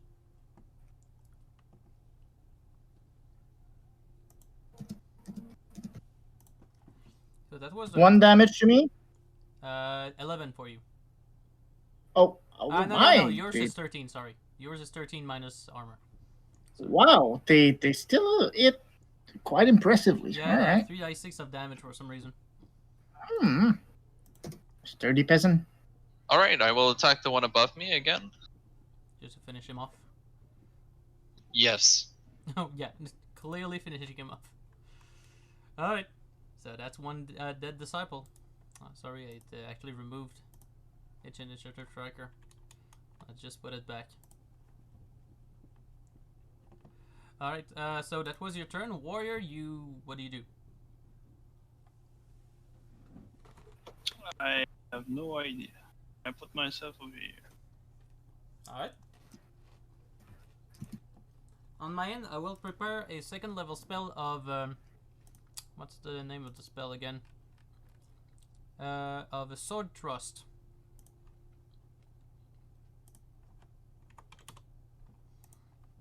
All right. So that will be my turn. It's your sage. It's your turn.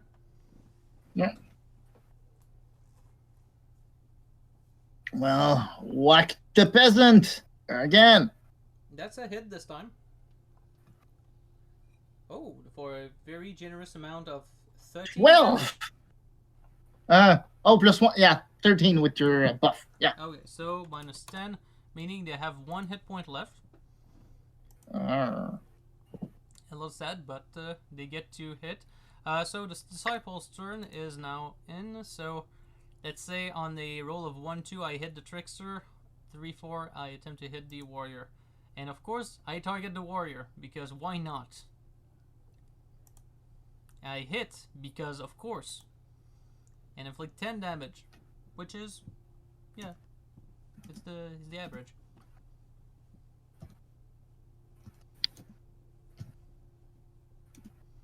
Alright, so, and then there's another one, there's another disciple, that will either target the warrior or on 1 or 2, or the sage on 3 or 4. And it targets the warrior, because why would it be any other way? of course. And it misses. I think it misses. Does it miss? Yes, it misses. It misses you. Yay! Alright, now it's the trickster's turn to strike a 4. Alright, let's try to eliminate it. That seems to be more than an attempt. And that kills it. Okay, warrior. You can be free to punch the last remaining hopeless disciple. Yeah. I mean, he's dead. He's clearly dead. Really, Oh yeah, he's dead. he's overkilled. You sliced him in half.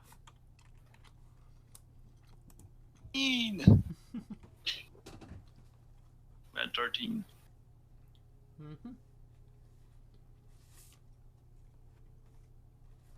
Right, we managed to kill them, so we'll go to paragraph 29 and hopefully get a small bit of healing. You proceed along the corridor at the far end. It opens out onto a square chamber. There's a door in the opposite wall, but the right-hand wall is more interesting, for it's a huge mural. On the other wall hang 5 colored masks. The mural depicts a great warrior whom you recognize as Heimdall, guardian of Asgard. He is standing on Bifrost, the rainbow-hued bridge that spans the clouded skies of the heavens and leads from Asgard to Doomstead, the home of the Fates. In one hand, he holds a trumpet Gjall, the legendary horn of heroes. The colors of the bridge are vivid and almost seem to glow of their own accord in the dim light. The masks on the opposite wall all depict various nailing demon faces, but they are of the color corresponding to the Magi star: red, green, blue, white, and yellow. You also notice, at each corner of the mural, 4 blank alabaster faces, over which the masks would fit perfectly. If you start putting the masks on the faces, turn to 420. If you ignore all this and go through the door, turn to 188. By the way, just for disclosure, I almost always ignored the faces and just went forward. So I don't know what it does if we try putting on the masks on the alabaster faces. Have those masks in the first place, or? Oh, yeah, we have them. They are in the same room. There are 5 masks for each for the face of the Magi.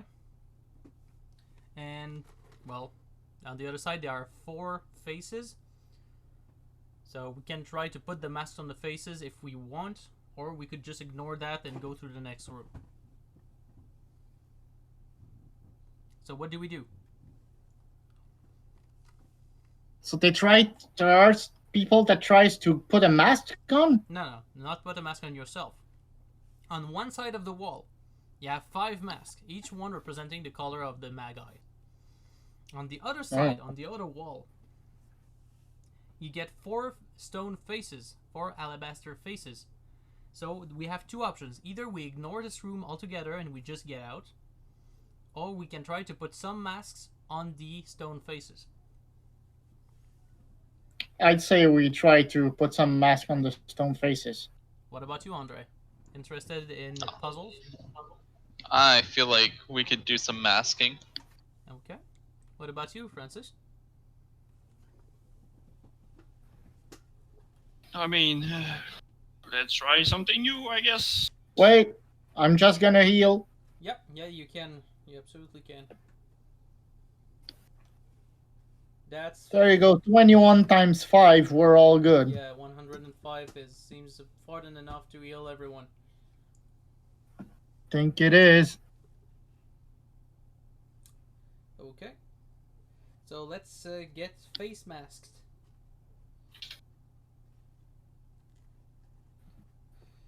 Okay.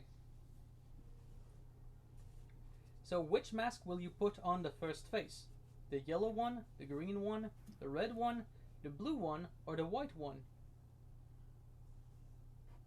Do we not know what order it is in? We do not know. Isn't that fun? At this point, Well- since there was a fresco with the Heimdall, the Guardian, and Asgard, with a rainbow road around it, why don't we try to do that, let's say, in a rainbow pattern kind of thing? So what's the lowest number of... Or the if we could remember which door was, you know, the room with the door. Yeah, but the room had 5 doors, and each represented the colors, and we chose the order in which we entered the door. Oh, they didn't mention what were their position Now, unfortunately. or order or something like that. Yeah, rainbow, I guess. A rainbow at the bottom is usually blue or purple, like violet kind of thing. So out of these, technically, there would be a blue one, which is the closest. Dear God, I hope we won't die out of this. Well, let's hope we don't die, but what do you say about my idea? Do we do it rainbow style or not? Yeah, I Yeah. think rainbow style would be the best. Alright, let's try. With the blue one then. 2, 1, 2.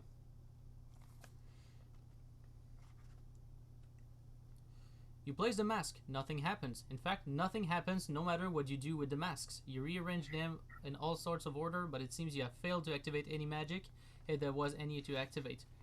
Shrugging the shoulders, you turn and head toward the door. So apparently the blue mask was not the first one, and it basically triggered the failure of the puzzle.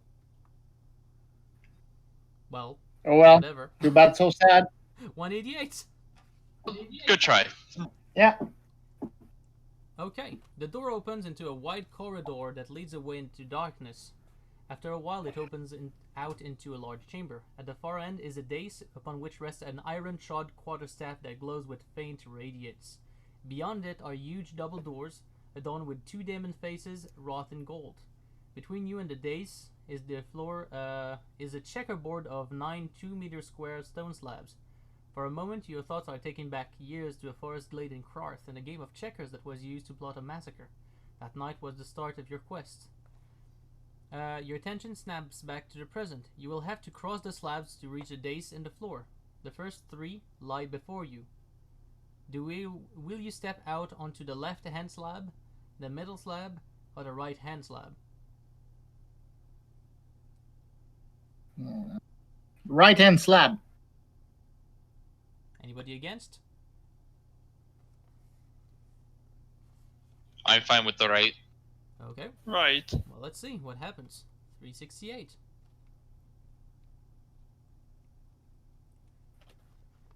Suspecting some kind of trap, you carefully edge your way onto the slab nearest the right-hand wall. Suddenly you feel the slab shift under your feet, and there is a sharp click in the wall on your right. You have a split second on which to act. Will you leap backwards or drop to the floor? Why don't we ask the trickster what he does, since he's the one at the front? So do you... I think leaping backwards would be the best idea. Okay. Anybody against? Me. Nope. Okay, 172 then. You jump backwards, but a volley of small javelins flies from the whole length of the wall. Each character is hit by 3 javelins that do 1d6 plus 2 damage. Armor counts. If you still live, you can press on. Okay, so let's get hit by javelins, I guess. So, They do what? we each get hit by 3 javelin. That each deal 1d6 plus 2 damage. Minus armor.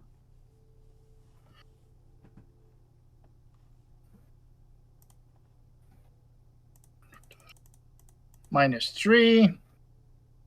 I got 5. Yeah, I'll already count armor in my ones. Yeah, I didn't take much. So, I take 5, 3, and 3. So, a total of 11 damage on my end. I will be back in a moment. Okay.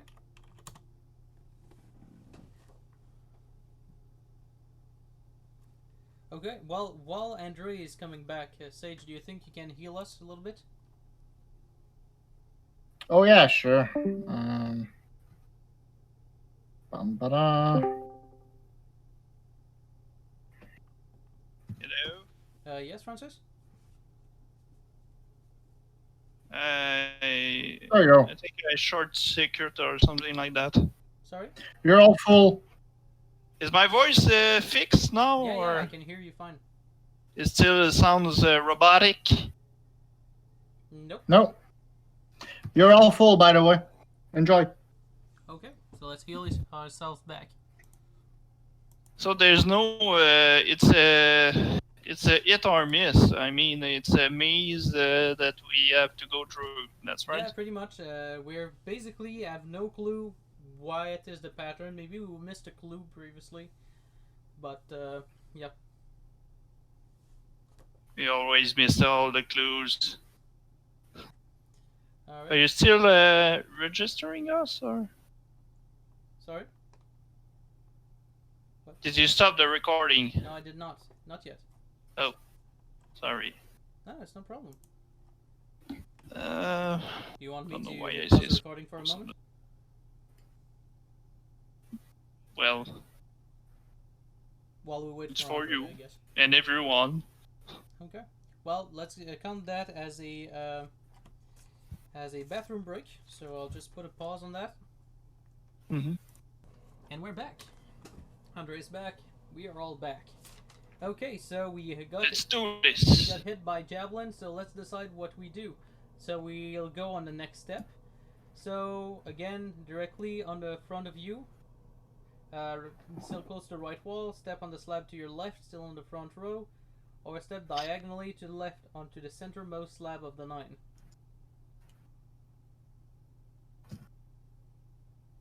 So just to represent this in a paper graph. Right now, there are. Just a moment. I will just put that on the table. Just a moment. I'll try to make some polygons here. Yeah, I could help So, because I'm a visual guy. I like to see stuff. yeah, it's okay. So let's see. So we have 9 slabs of stone that we have to traverse. They are in a square-like pattern, like so. Okay, so we move. So far, we move on this one, Yeah, that is which correct. was a trap. Which was a trap. That is correct. So, Okay. well, now we I have the choice see. of either Well- going to that one, that one, or that one. Because we have passed the trap, basically. So which one do we select? Over there. We could try just going, let's say, right, and right. So yeah. Move your camera. You want them to go. I mean, we can always do right. You mean this? Yeah, Left, your choice. Left, and then die.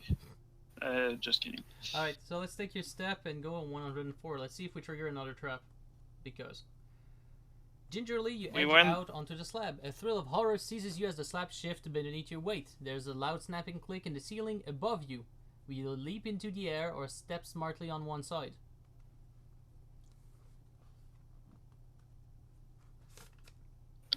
Step to one side. That it sounds like something coming from the air. That might be something falling on us.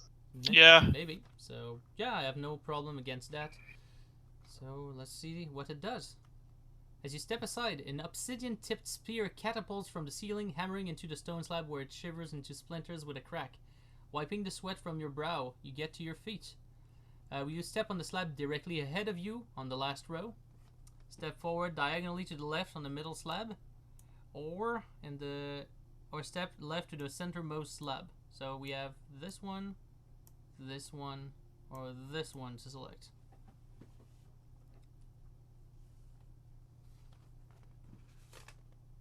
So you say the centermost? Sounds like a trap over there. I don't know. I don't know why. I think they're all trapped. I think I would Yeah. actually still go on the right center, or right like here. Yeah. Yeah, right. The right side. Wait. Keep going. It's an obsidian spear. Yeah, Is it no, a you weapon? cannot Can I pick it up? No, it doesn't say. No, sad face. It would have been nice, but no. You cannot kill White Walkers, unfortunately. Alright, so, everybody with me? Yeah. Okay, Yep. last row, 183. What, obsidian kills them? Sorry, Yeah, I haven't- they call that dragon glass in Game of Thrones, and it's actually effective to kill White Walkers. Oh. I see. Moving on to the slab, you're relieved to find you have not set off any trap. You step off the stone grid in front of the dais. Yay! We managed to not get trapped 3 times in a row. Alright, let's go on 303. Let's continue. Alright, do we... Eel? Everyone was healed. Andre did not know this, but we were all healed from the first trap. So you can Okay. update your Oh. endurance. Forgot about that. The dais is plain and uninteresting, but the staff that rests upon it is far from that. The quarterstaff is of hard ash, bound in iron at each tip, and with bands of iron along its length. Runes of power are etched into the wood. If there's a sage in the party that wants to examine it, turn to 458. To anyone else, it feels as any other staff would, but is obviously of great value. So, Sage, do you want to inspect the staff? Oh yeah, sure. Okay. 458. Inspection away.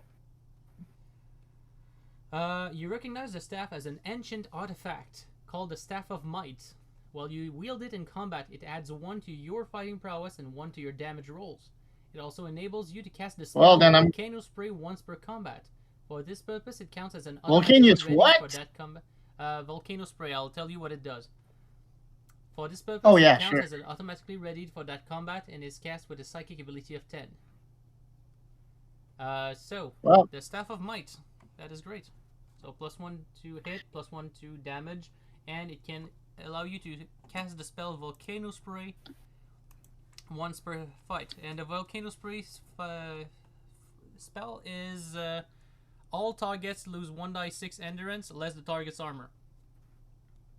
So it's like if you were throwing an arrow to every enemy in the fight. Amazing. Well, yeah, that's very Okay. good.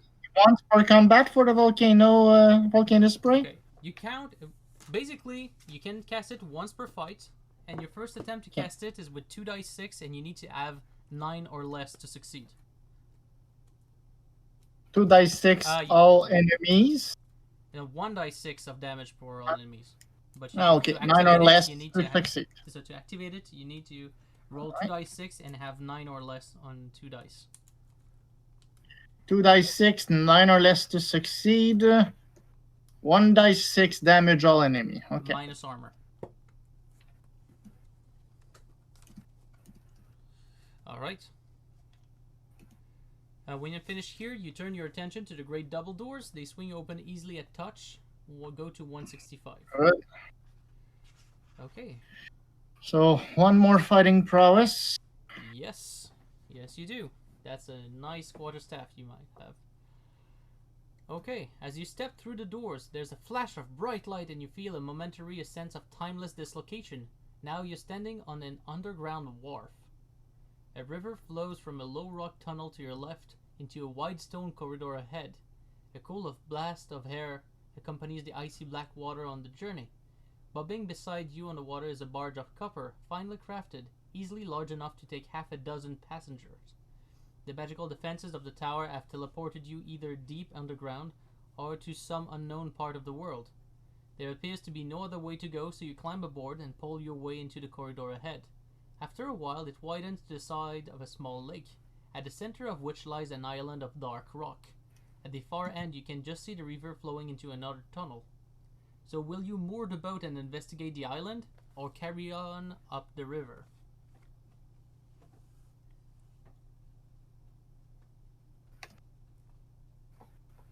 So do you inspect the island, or just go to the tunnel beyond it? Inspect the island, I guess. Yeah, let's go for the island. We're gonna go Gilligan. Yes.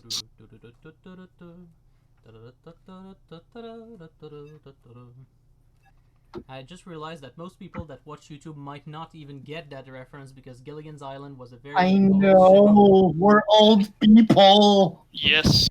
I have some gray beard, you know, I'm old. Alright. You moor the barge to some iron railings that have been set into the rock of the island. As you walk on, you realize that the interior of the island is a low bowl of depression, which cannot be seen from the lake. An old dilapidated hut stands nearby, besides a small shrine consisting of a carved stone pedestal to some forgotten god. Will you investigate the hut or the shrine? Or you can decide to return to the barge.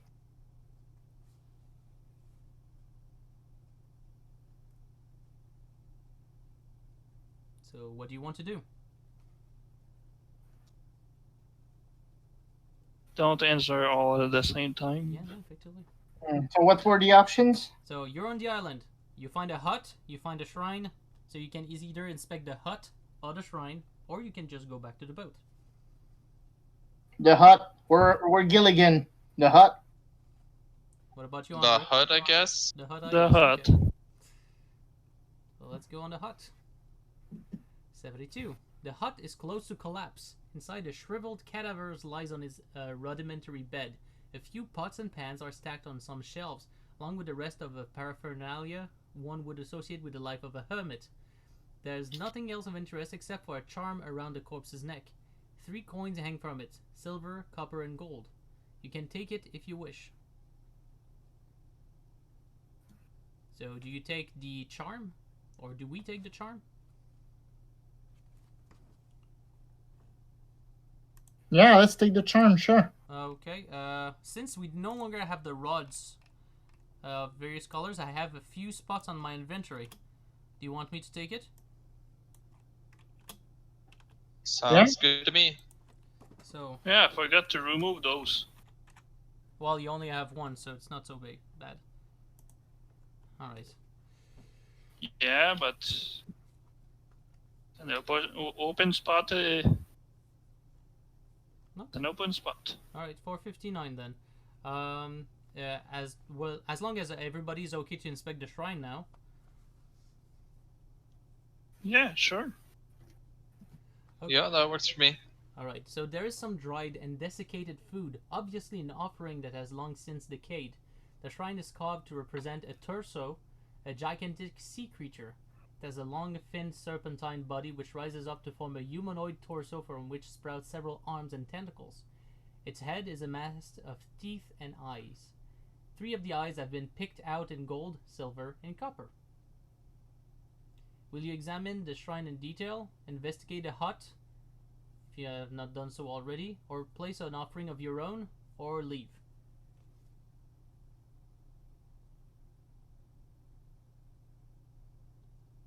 I mean, we took Hmm. that charm from the hut. Shouldn't we put that on the offering table? Yeah, well, let's try to do an offering of our own. Okay. Mm-hmm. So you make an offering of some gold or any item you chose. Cross the offering of off your character sheet, but keep a note of what it was. Nothing happens straight away, but perhaps it will give you the favor of the ancient god. So we decide So whatever we we want to offer to the shrine. give them. I will offer I the will. charm. That's one thing for sure. I will offer a crimson bat gem. That's great. I was going to offer that too, Oh, so yeah, offer that too. Maybe the blessing applies to each people individually. We don't know. Mhm. On mine, Hey, it's along worth with a the lot of charm, money. I will It's just probably get rid of the beautiful. potion of diminution. I don't think we will need it anymore. So I have sacrificed a charm and a potion of diminution. So as for you, Sage, you have put a red crimson bat egg, as well as the warrior that did the same thing, correct? Yep. What about you, And Chester? I will put a crimson bat egg as well. Alright, so let's see. A lot of omelet. Okay, so do we inspect the shrine more closely, or do we go back in the barge and continue upriver? I think we can inspect it closely and see if anything happens. I have nothing against that. You notice that the three eyes of the torso of gold, copper, and silver are in fact buttons. Tapping the shrine reveals it to have a hollow section at the back below the buttons. It looks like there's a safe inside the shrine opened by pressing the buttons. Which will you press first? The gold one, the copper one, or the silver one? Oh. Do you mind if I just go back a few paragraphs to just notice the order of the shrine buttons? The charm buttons? It doesn't bother me. me neither. Okay, what I have a hard time paying attention to everything. I'll try to find the paragraph back, but I did not. Oh gosh, I did not save the result. Oh. Oh, maybe. No, not that.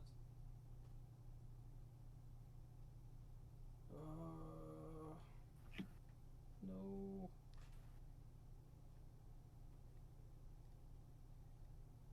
Trying to find back where we were.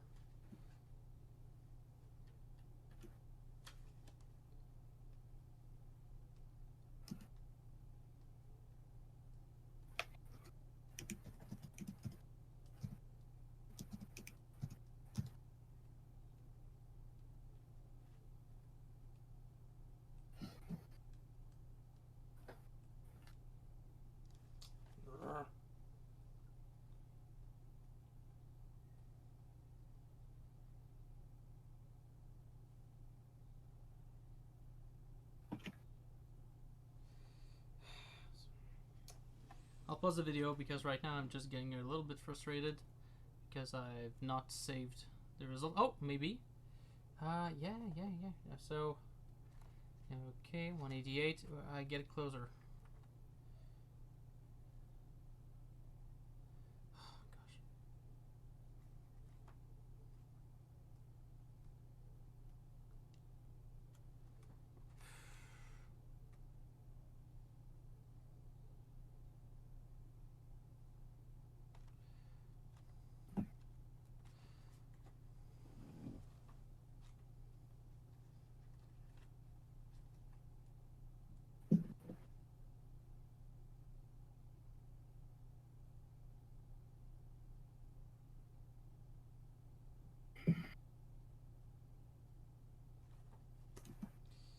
I'm on the 9 slabs.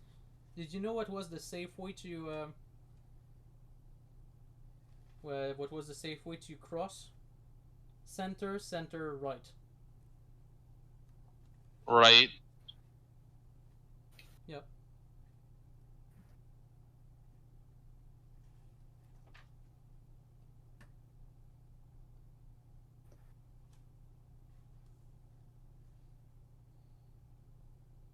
Okay, I'm at the point where we investigate the island.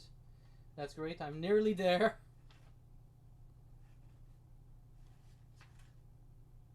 So I investigate the hut at 72.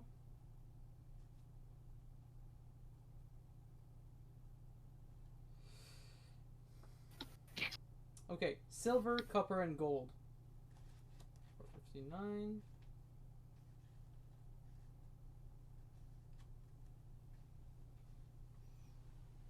Offering of our own on the shrine, 449. Inspect more closely, 408.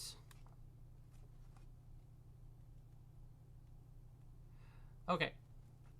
So the order on the charm was silver, copper, then gold. So do we follow that order to click on the eyes? Yes, that sounds good. Alright. Yep. So let's try the silver one first. So 215.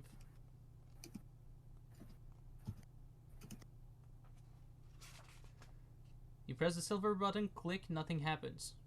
Now the copper one, if we continue that way. 59. You press the copper button and then the gold one. The panel springs up to the side of the shrine, revealing a small cubby hole. Inside is a vial of clear liquid. It is an elixir of health and will cure any disease you may have or restore any endurance permanently lost as a result of disease or poison. It does not cure ordinary wounds. The vial contains 4 doses. 4 doses. So, does anybody else have any inventory slot for the potion elixir of health, or do I take it? I have 5 slots left. I think you're fine taking it if for anything. So, elixir of health. And for the description, I'll just know the paragraph itself, which would be 159. Yeah, 159.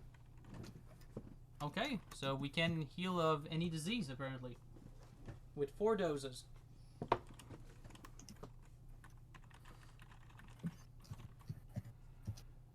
Alright, I need to take a bathroom break. I'm really sorry for that. I will be back very soon. Happens. And we are back. Excellent. So now that we have picked up the elixir of health, do we just go back in the barge? Yeah, that sounds good. Alright. 282 then.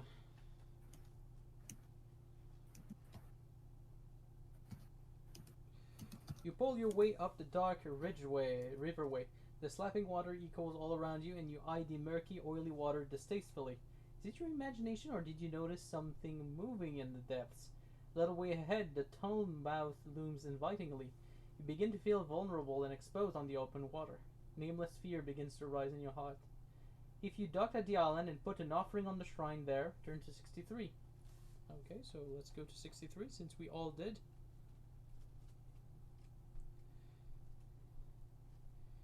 If the offering was a magical item or more than 100 gold pieces, turn to 144. Okay, we clearly got something of value, all of us. Each red gem was worth what? Several hundred pieces each? Yeah. Yep. You reach the tunnel safely. Ahead, you notice that the river is ringed by a strange light. The current forces you towards it. Inexorably, you draw closer, plunging into the refulgent golden glow ahead. You feel a gut-wrenching sense of dislocation. You're being teleported again. You're in a round chamber with windows into a night sky. You recognize the portentous conjunctions of the star and the shattered city beyond the windows. It seems you have been transported further up the Tower of Spyte. A spiral staircase leads upward. Turn to 90. Okay, are we getting closer yet? You make your way up through several rooms and passages until finally you enter a large domed chamber. A spiral staircase winds up from the mosaic floor into the center of the dome. As you ascend, you notice that the dome is painted with astrological symbols. Did the architect of Spyte foresee this fateful day when the dome was built? Even though that was many centuries in the past? It would seem so. If you have the code word ROUT, R-O-U-T, turn to 49. If not, turn to 130. Do we have the code word route? No. Doesn't seem to be. Alright, let's go to 130 then. We have no code words, never. The stairs go up to a polygonal room with faces in high relief glowering from the walls. There are several exits from here. Selecting one at random, you pass along a curving passage and enter a gallery that runs around the outside of the tower. Claustral windows overlook the city. You go over and take a breath of cold night air. Looking down at the ruins, you find them stark and unreal amid a jumble of fivefold shadows. You have the sudden impression that the 5 stars are now lower in the sky. They are descending to Earth. Have you lost track of the time? Midnight is barely 15 minutes off. You must hurry to find a chamber prepared for their reincarnation. You know that for just a few seconds, when they first return to human form, the Magi will be disorientated and vulnerable to attack. If you are not on hand to take advantage of that moment, all will be lost. All is lost anyway, says a husky voice from behind you. What is a husky voice? I do not know. Like a coarser voice, I guess. All is lost anyway. Maybe. Turn to 113. You whirl, cursing the momentary lapse of concentration that allowed this newcomer to take you unawares. Backed up against a weathered parapet, you could hardly imagine a worse place to make a stand. Facing you are 2 figures. A sinisterly smiling woman whose body is covered with intricate tattoos, and a tall robed swordsman of the Hatahashim race. It was the woman who spoke. How did she know what you were thinking? She gives a deep laugh. I am Zara the Mantis, reader of minds. You have heard of her, an amphibian enchantress of awesome repute. Some say her tattoos contain bound demons which she can call forth to slay her foes. She nods. You will never know that for certain, though. I have a much better plan in mind for dealing with you. The incantation of fulminant death. In seconds you will be but a pile of smoldering ashes, a form in which you pose no further threat to my master's re-embodiment. She raises her hands. Flickering gray-white occult energy gives her floating face an unholy cast. There's no way you can reach her before she unleashes the spell. Behind her, the man is drawing his sword, but from what you know of fulminant death, there will be nothing left of you for him to fight. Take to 26. You close your eyes in prayer. At least dying now, you can hope to enjoy eternal afterlife as the reward for your efforts. The blast of searing pain you were expecting never comes. Instead, there's a soft swishing sound and the crack of something hitting the marble floor. You open your eyes. It takes you a split second to take in what has happened. Zara's headless body sways and then topples forward. The Tahashim warrior wipes his sword on a square of silk and sheathes it. Zara's head is lying by his feet. Do we attack the Tahashim immediately, or do you ask him why he killed Zara? Let's ask him. Questions. Well, he beheaded an enchantress which was about to kill us, so I guess he deserves to be asked questions at least.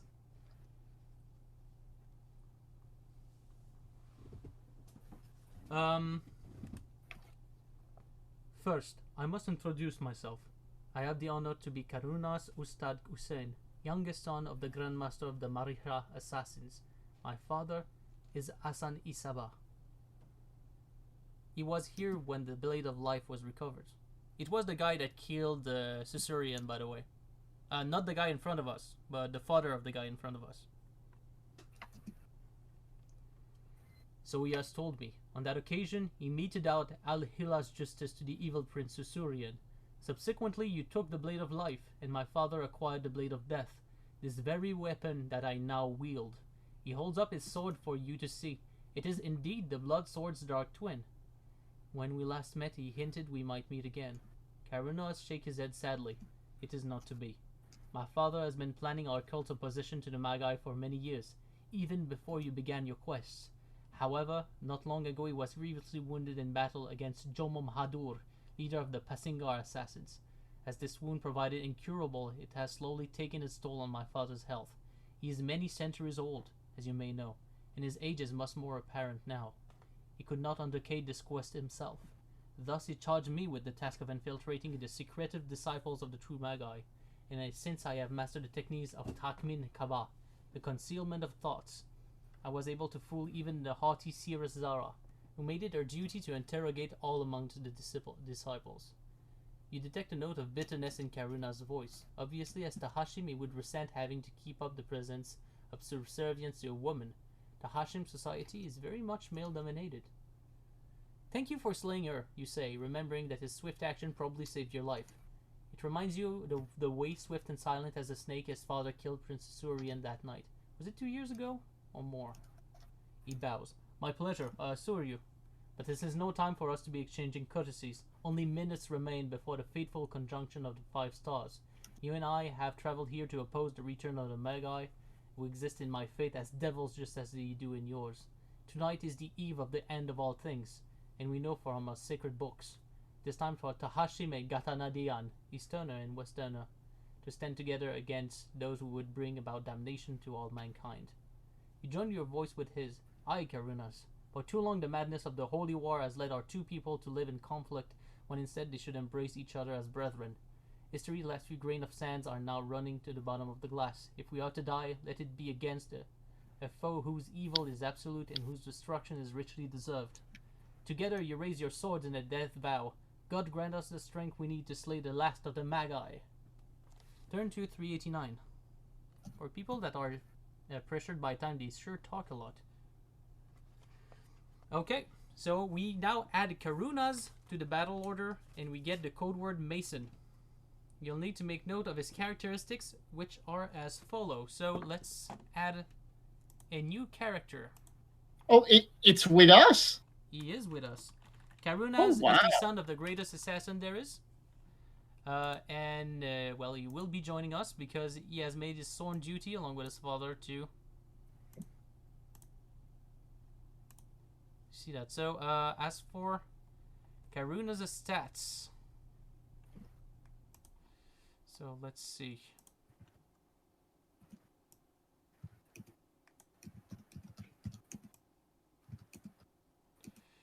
Just a moment. I just copy the statistics section for us to get a good deal of him. So, his fighting prowess is a very good 13. So we cannot miss except if the enemy's dodging. He does 9 dice 6 damage per blow. Yes, you did not. 9 dice 6. You're not mistaken. 9 dice 6 damage per blow. Oh crap! He has a psychic. When does he betray us? He's too good. Why can I be this guy? You would be if you were a warrior of level 20. He has a psychic ability of 10 and awareness of 11, but he has no armor rating, no armor whatsoever. Although he has an endurance of 100. Just give him an armor. I should have kept one of the armor. By the way, these values include the effect of the Sword of Death that gives him +3 to fighting prowess and +2 dice 6 to damage.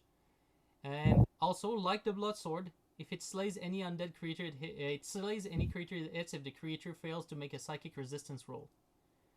By the way, if Karunas gets killed and you have to take the Sword of Death yourself, we can go at paragraph 40.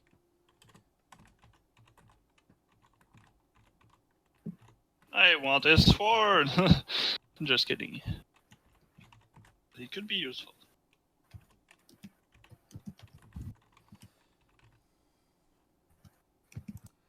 Okay, so that's Karunas. Alright. So now let's go to 440. I have noted the stats.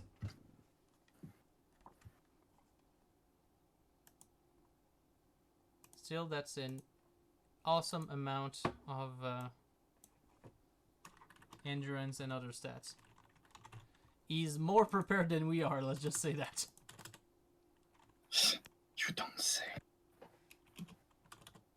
I mean, he was aware of all this.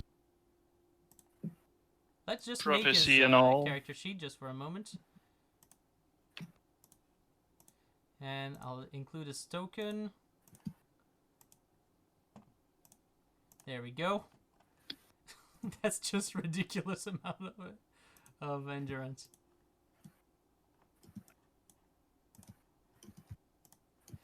Oh gosh. Do we get to control him, or? Yeah, we basically control him. Okay.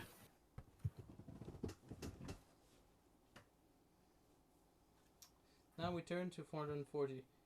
Well, technically, I think we don't control him, but he acts like the enemies, like he will try to target the closest enemy we have and things like that.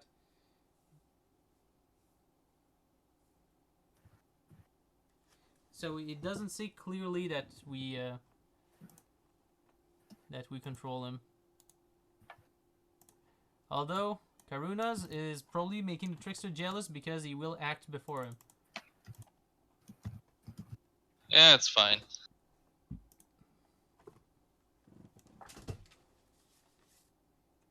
By the way, Pierre, did you note the code word Mason? Mason. Oh my, I'm sorry. I'll know that right away. Mason. 140. Yes, we are a part of a secret society now. Yeah, and we're free. We're Freemasons. Sorry. Karunas take you along the gallery to another flight of stairs leading up the roof of the tower. As you proceed, it fills you in on what he knows of the Magi's plan. My father discovered that the cataclysm which destroyed Spyte was no accident. Piecing things together from some documents found at the Magi's castles, seems that 5 of them planned a disruption in one of the ancient rituals. The demon god which was being summoned by the ritual was slain, unleashing a blast of an holy energy that crackled the very walls of Spyte. The 5 did not transform themselves into stars to flee the disaster, as is often supposed. It was the energy given off which enabled them to become stars. That was their intention all along. Become stars? For what earthly purpose, you ask? You are tensely alert to danger, feeling and fighting the fear that is beginning to gnaw at your insides. No earthly purpose, whispers Karunas in answer. It allowed them to listen to the music of the spheres, which no mortal ear has ever heard. The secrets they have garnered under the eaves of heaven have increased them far beyond the power they wielded as mortal men, and heaven knows what power already was great indeed. If they succeed in returning to Earth now, they will reincarnate themselves as being nearer to gods than to men. You have reached the bottom of the last flight of stairs. Up on the roof above, you hear the sound of low, eerie chanting. The Magi's disciples have begun the ceremony of reincarnations. Karunas opens a compartment in his ring and takes a pinch of aromatic snuff from it. Kaif! He whispers to himself. If he was wounded, those wounds now disappear and he is restored to full health. He sees the look in your eyes and says, "Regretfully, I cannot give you any of this powder. It is a sacred charas of our cult, but its effects on outsiders is rarely beneficial.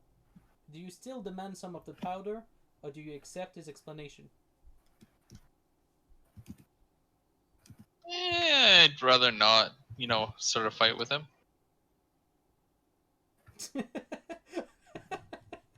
Oh, you don't say! The guy that gets 9 die 6 of damage, you don't want to piss him off.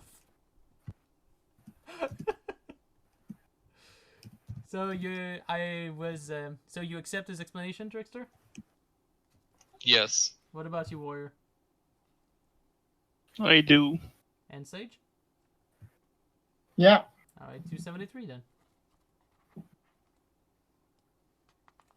You mount the steps to the flat roof of the tower, where a large area has been marked out for some sort of summoning.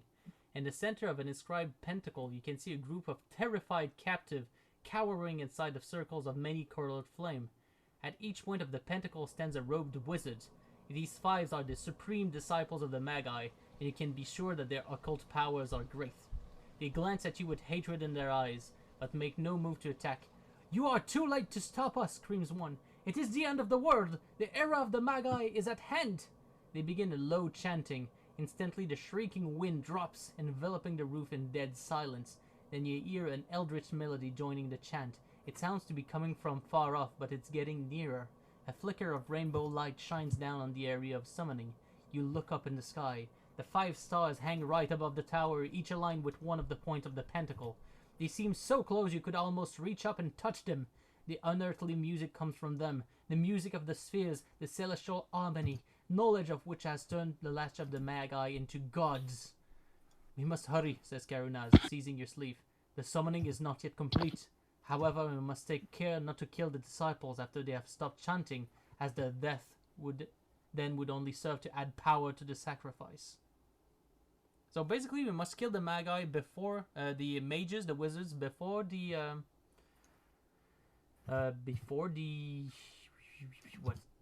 before the summoning takes place. But after the summoning takes place, we must not kill the wizard because their blood would add up to the sacrifice which is being made to the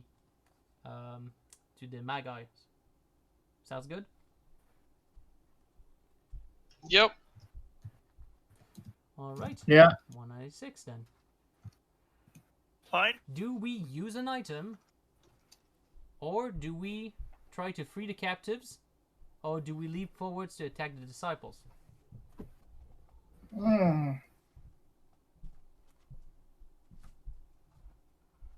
I'd say let's free the captive.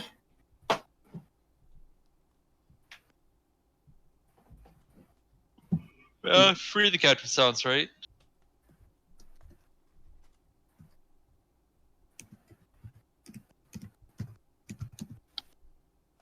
Alright, freeing the captives. So, 329. So, let's see. 329. You dash forward.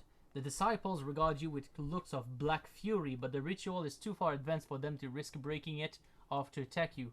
Mercy, mercy! Wails one of the captives. His eyes are filled with tears of terror, but the heat of the flames dries them even as they run down his cheeks. You tear off your robes and use them to beat furiously at the flames.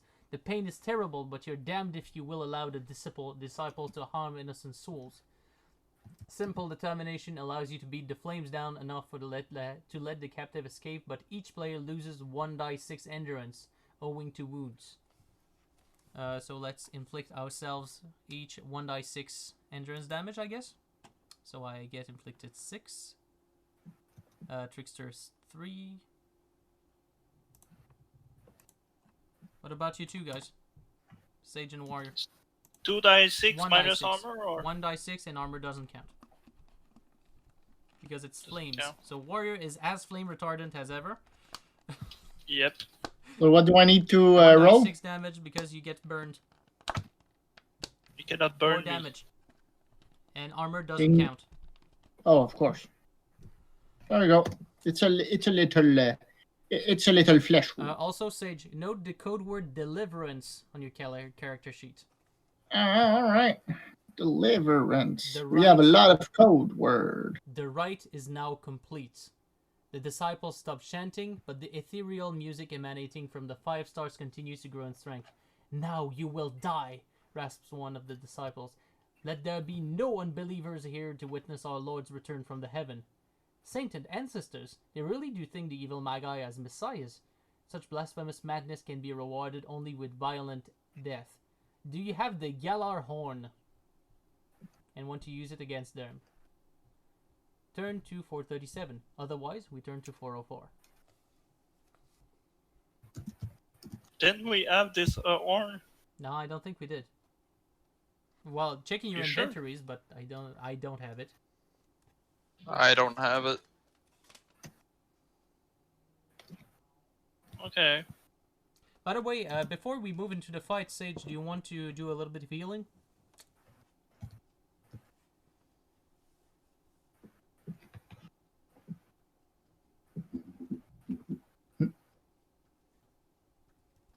Sorry, Adam. Do you want to do a bit of healing before we start the fight with the wizards? Oh yeah, of course. We're gonna be full strength. So I spent 38 points. And we get all back, by the way. Oh yeah. I'm exploding you with healing. Alright, There as you for the fight. So, you get to decide what you want to do. Hey, Warrior, get your missing hit point. Yeah, I really need to concentrate. Well, Seriously. it's one of the last fights, so let's see.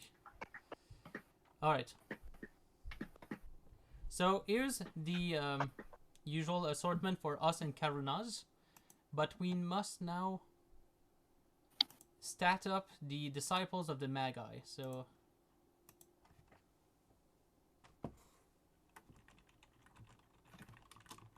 By the way, like I said, you are free of doing whatever you want, but I must warn you of Karuna. I must remind you of Karuna's. What he said. He said that since the summoning is over, any blood that is shed, I mean any death, would count as sacrifice to the Magi. So they have a physical prowess of 5. They inflict 1d6 damage per blow. They have a psychic ability of 9. They have an awareness of 7. They don't have any armor. And they each have an endurance of 15. So, quote unquote, small fry. And each time we kill one of them, we put a cross on our character sheet. This does not apply in case of any you may have killed previously, only those that you kill from now on. I also put a cross for any player they manage to kill from now on, including Karunaz if he is here. After 5 rounds, or after you kill them all, whichever comes first, turn to 478. So, here's a question. Do we attempt to kill them or not? Because they will attempt to kill us. I mean, 1d6 damage really isn't that bad. I think we can defend it out.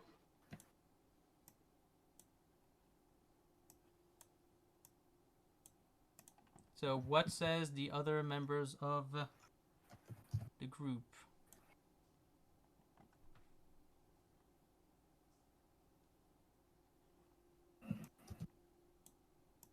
I mean, I could go for the one in front of me.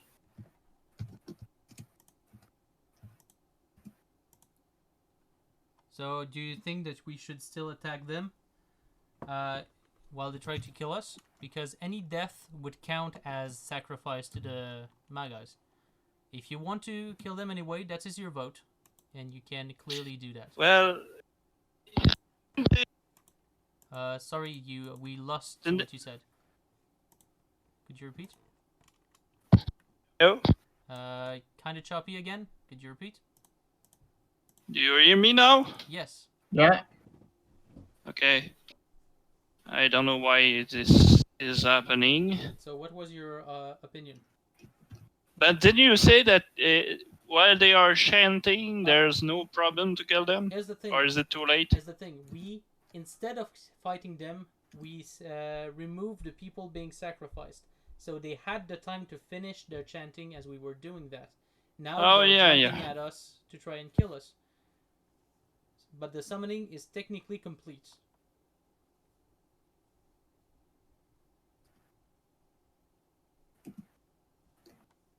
So, what do we do? Well, that's what I'm asking. What would be our strategy? The trickster says that we could simply just defend for the next 5 rounds, since there's a timer on that fight. And that could be an option.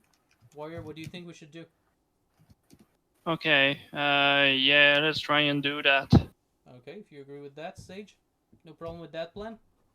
No problem. Okay, so why don't we just do 5 rounds of them just approaching us and trying to kill us? Okay, so let's do this. Okay, so first round on the turn order. I mean, they can't even scratch me. Oh, you have 6 of armor? No. Yeah. Okay, so here's the thing. So they approach here, and let's see, there. They can all attack me and there will be no problem. Okay, and there. There we go. So they all approached us, and that was the first round. So we all defended, correct? The question is, what Karunaz will do? Does he auto-attack them, or...? Well, he was the one giving us the advice that any death after the summoning would be... Yeah, so well, we could okay. say that I'm he will stupid. defend as well. Shut up, myself. Seriously, I need to pay more attention tonight. Alright, so let's just roll for the disciples for a moment. Okay, so second round. We start the second round. So there's one that we clearly attacked the warrior. So let's check if he hits. So second round, he doesn't hit. Yeah, it's surprising. I know. The second one will attack Aren't we dodging? Don't we get Oh yeah, an right. extra Yeah, die? that's correct. The second one will attempt to attack the trickster and it fails with 4 dice. Yeah, because 4 dice. The third one will attack the warrior and miss. The fifth one will attack the trickster and miss. And the fifth one will attack Karuna's and miss. Okay, that was the second round. So the third round now. Attack on the warrior, miss. Attack on the warrior again, still miss. Attack on the warrior again, still miss. Then attack on the trickster, misses. Then attack on Karuna's, miss. That was the third round. Now let's go for the fourth one. Attack on the warrior, miss. Attack on the trickster, miss. Attack on the warrior, miss. Attack on the enchanter, miss. Attack on Karuna's, miss. Then fifth round. Attack on the warrior, misses. Attack on the warrior, misses. Attack on the warrior, misses. Attack on the trickster, misses. Attack on Karuna's, miss. Did we do 5 rounds? I think we did 5 rounds. Yep. Yep. Okay, so 5 rounds of of very, very bad flailing around by disciples. So let's see. 478. Okay. On your character sheet, you should have a note of the total fatalities on both sides since the summoning ritual was completed. Each soul will add to the energy of the spell. Roll 1 die for each fatality. For instance, if it's 3 disciples and 1 player died since the ritual was completed, you will roll 4 dice. The dice score is the sacrifice strength. Record it on your character sheet. Subtract 1 die from the sacrifice strength if you scattered salt across the pentacle earlier. When you have done this, turn to 464 if you have the code word deliverance and 434 if not. So for the moment, the sacrifice strength is 0, correct? Yep. Yes, nobody died. Okay. So, and we have the code word deliverance, correct as well? Yeah. Oh, yeah, we do. Okay. Send 464. Okay, if the sacrifice strength is 29 or more, turn to 161. By the way, if I'm not mistaken, that would be an instant game over because the Magi would have been just too powerful to even try to fight. If it's in the range between 15 to 28, go to 452, which would have been a very difficult, near impossible fight, which I never managed to win. So what if we don't have the deliverance code word, we lose? No, if you don't have the deliverance code word, there's some strength added to the ritual to begin with. There are some dice that are added. Oh. Okay. So we did the right thing by focusing on delivering the sacrifices first. If it's in the range between logical. 7 and 14, turn to 347. And if it's 6 or less, turn to 190. So since it is 0, let's go to 190. How is it 0? Sorry, Because I'm having some nobody problems. died during the summoning. Each death would have caused... Nobody 1 what? dice. Nobody died. Oh, nobody died. We Okay, good. freed the people intended as sacrifice. Okay. There is insufficient power in the summoning spell for the Magi to manifest themselves. The unearthly music from the 5 stars become a cacophony, building in pitch until it is audible only as an ethereal shriek. Suddenly the stars explode in a shower of prismatic sparks. For a moment you fancy you glimpse the face of giants against the sky, faces contorted in expressions of ultimate horror. Then there's only silence and the stillness of the night. You watch the glowing debris from the 5 stars fall and go out in the darkness like dying embers. You turn to go, but as you reach the staircase, a blue radiance flares up behind you. An unearthly voice whispers, "You are quick to write off your oldest foe." You spin around, chilled to the marrow of your bone. Blue moon. Magus Tor corrects the manifestation before you. It is like a tall robed shadow, glowing with pallid blue light around a core of cold blackness. By dint of your efforts, my brethren have been destroyed. No matter, I remain. and now the millennium that is come will be ushered in by me alone. For a moment you're too stunned to do anything. How did you survive? The spell of reincarnation was disrupted. The 5 were destroyed. I shall delight in explaining my victory, replies Magus Thor, as my explanation will be the last thing you hear in this life. His voice, you notice, is getting stronger, and the blue light radiating from his shadowy form is getting brighter. In truth, I was destroyed with the others, but I was able to create this virtual self, this phantasm you see before you. Momentarily, I exist only as an illusion, but as you know, mine is the power to turn illusion into reality. If you have the code word Mason and Karunaz is still alive, turn to 364. I think it is. We do. We do. And he is. 364. Karunaz says, he lives only in our imagination. Our minds are his gateway to the world. If we die before he can convert his illusory self into reality, he will be destroyed. So, Karunaz basically says he only exists in our heads, and we must sacrifice ourselves, which means suicide, in order to make sure he disappears. Do we follow his advice, or are we not prepared to sacrifice ourselves without a fight? So, do we fight, or do we kill ourselves? That is the basic choice. Why would we kill ourselves? Because the mage that is stayed alive only exists in our heads. So if we remove him from our heads by killing ourselves, he no longer exists. That's the logic behind the assassin. So do we fight or do we commit suicide?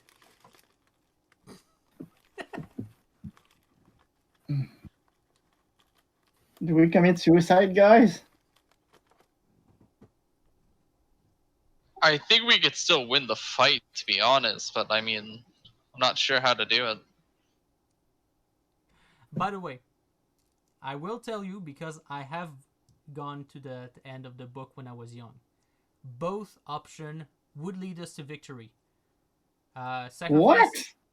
We are at the end of the world, Armageddon. The souls of the dead will be judged in the eternal afterlife. So we can just cheese it and kill ourselves, thus ensuring our place is in paradise. Yeah, I know. Committing suicide apparently is a gateway to paradise in that situation. Or we could fight, and if we win, we get the same result. But we're alive. You know, there's just a small distinction.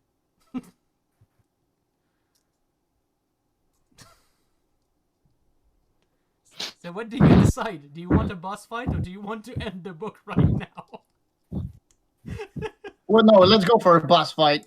We'll go down epic Might as at well that do point. the boss Oh, fight yeah. and finish off. Oh yeah, I Yeah. know. That's kind of a coward's way. And by the way, any disciples has apparently disappeared into the ether.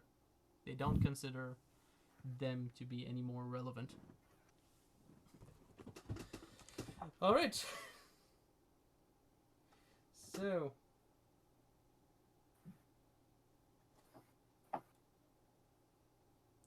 Okay, so let's go to 44 in order to set up the fight.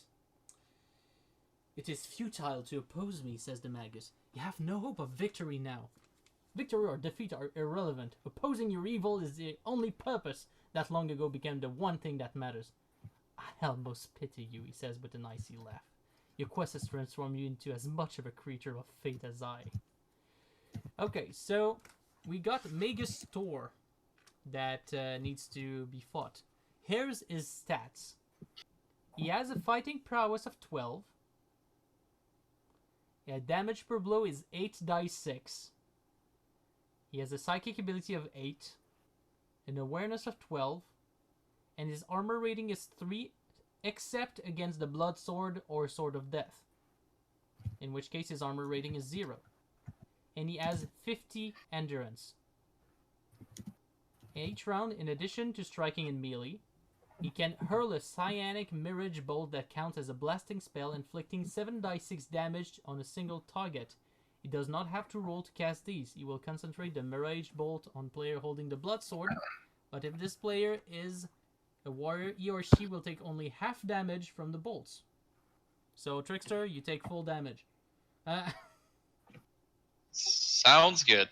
Each round, add 1 to Megastor's psychic ability. If I had the blood sword, I would take less damage because I'm the warrior. Is that right?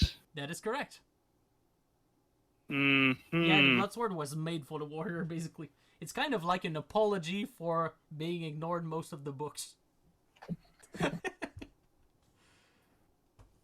Alright, so... Super hard mode for the warrior. Let's go. By the way, each round, we add 1 I to hate you, Andre. Megastor's I hate psychic you. ability and 25 to his endurance. So he has he has 50 endurance now, but he will have more in the future. Alright, let's stat him. I will get his stat So I have for the final boss. 50? Well, he has 50 endurance points, and he gets 25 more each round. And yes, that goes over as if that goes over the maximum, that goes over. Megastor. So he always heal 25? Each turn. And not only heals, his endurance increases by 25 each round. It never ends? It never ends unless we kill him first.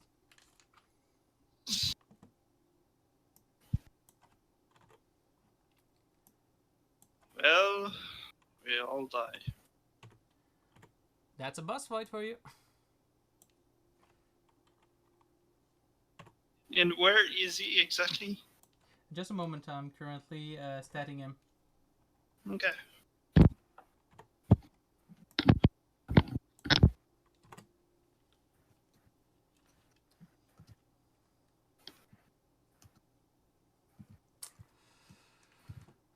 Okay.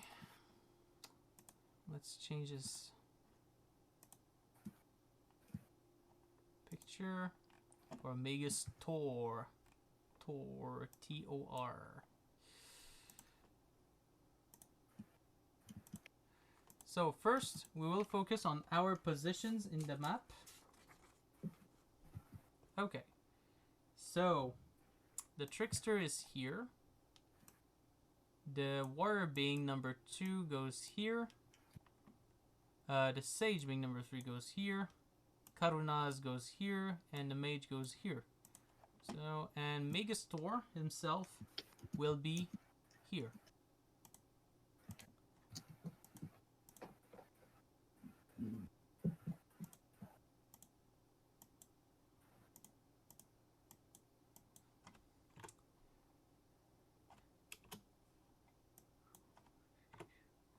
Alright, I'm currently just making sure everyone is able to see his stats, and I will also display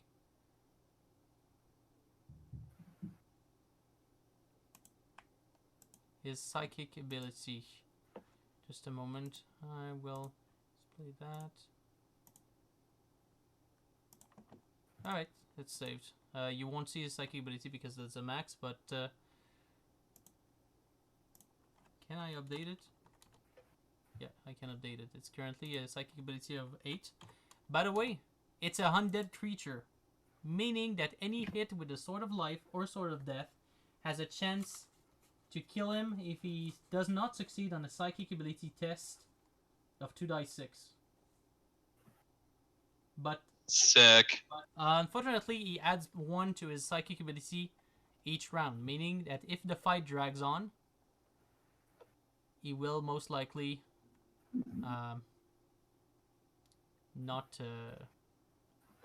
he will most likely continue. He would most likely not be beatable anymore by this method. All right, Megastor. How many initiative does he have again? His awareness is 12. Of course. Meaning he starts. 12. Meaning he starts. Because of course, boss fight. Okay. So, Megastor, I will try to play him intelligently, will not move from his spot, and hurls a spell at the Trickster. The spell automatically hits and inflicts 7d6 damage.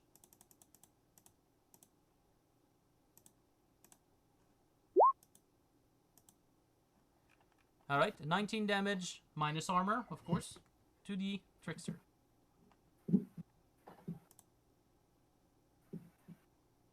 Alright, it will now be Karunaz's turn, which will just go next to Magistor. Yes, he has enough movement to do that.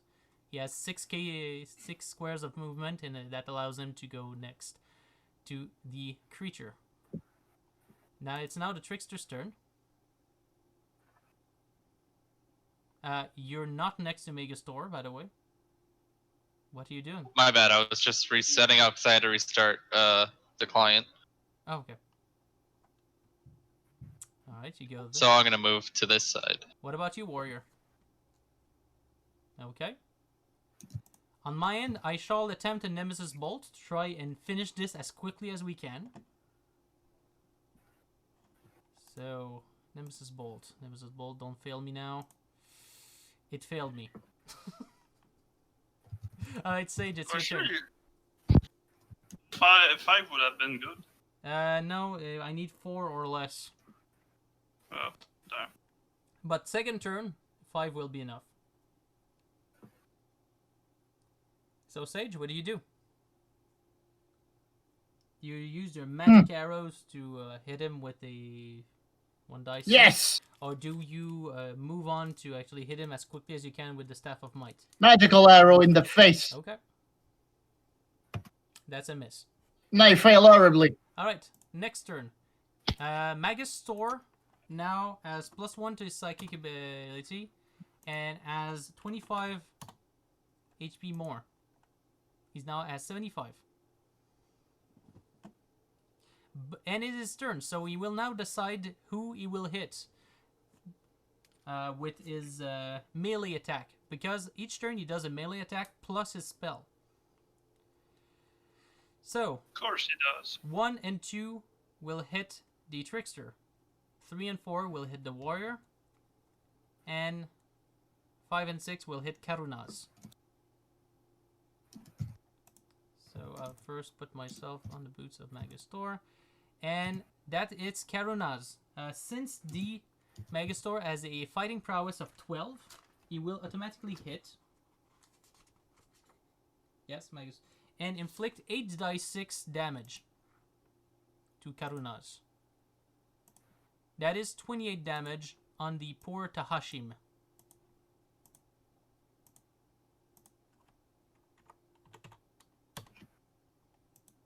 And then he will hurl as well a spell on the trickster, inflicting 7d6 damage for an extra 28 damage plus minus any armor you have.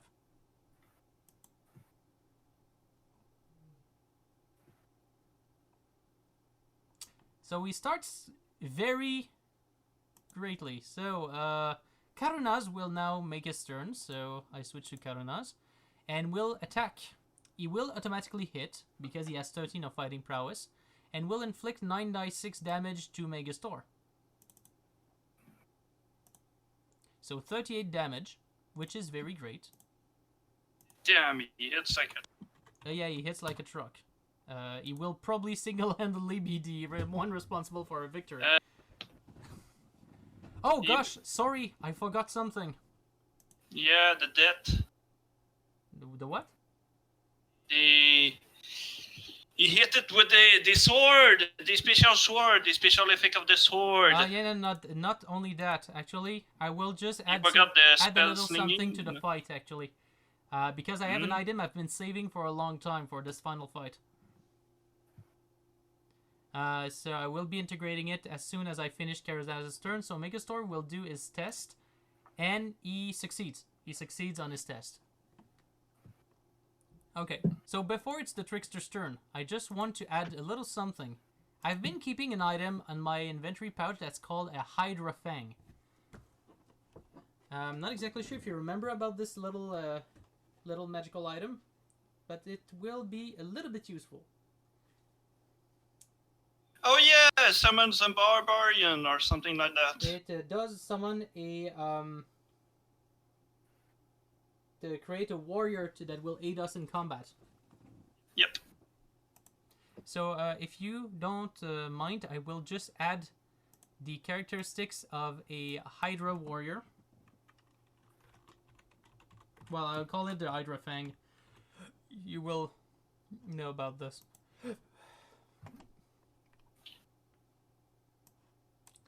Just a moment, His statistic, by the way, are a fighting prowess of 8. He will inflict 4 dice 6 damage, which is great. He has a psychic ability of 7 and an awareness of 7. He also has an armor rating of 3 and an endurance of 30.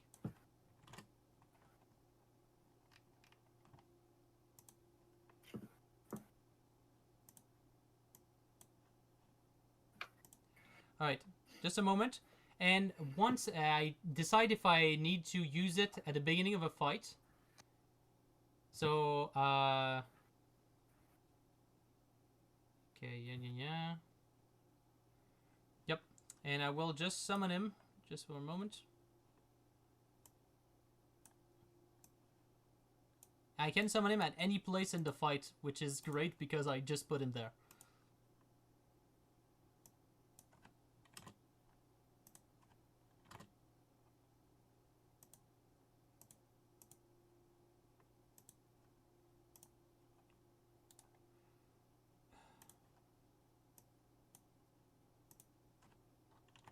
Alright, sorry for this disruption. Now it will be the Trickster's turn. Alright, I'll attack Magnus. I hit. Magus Thor.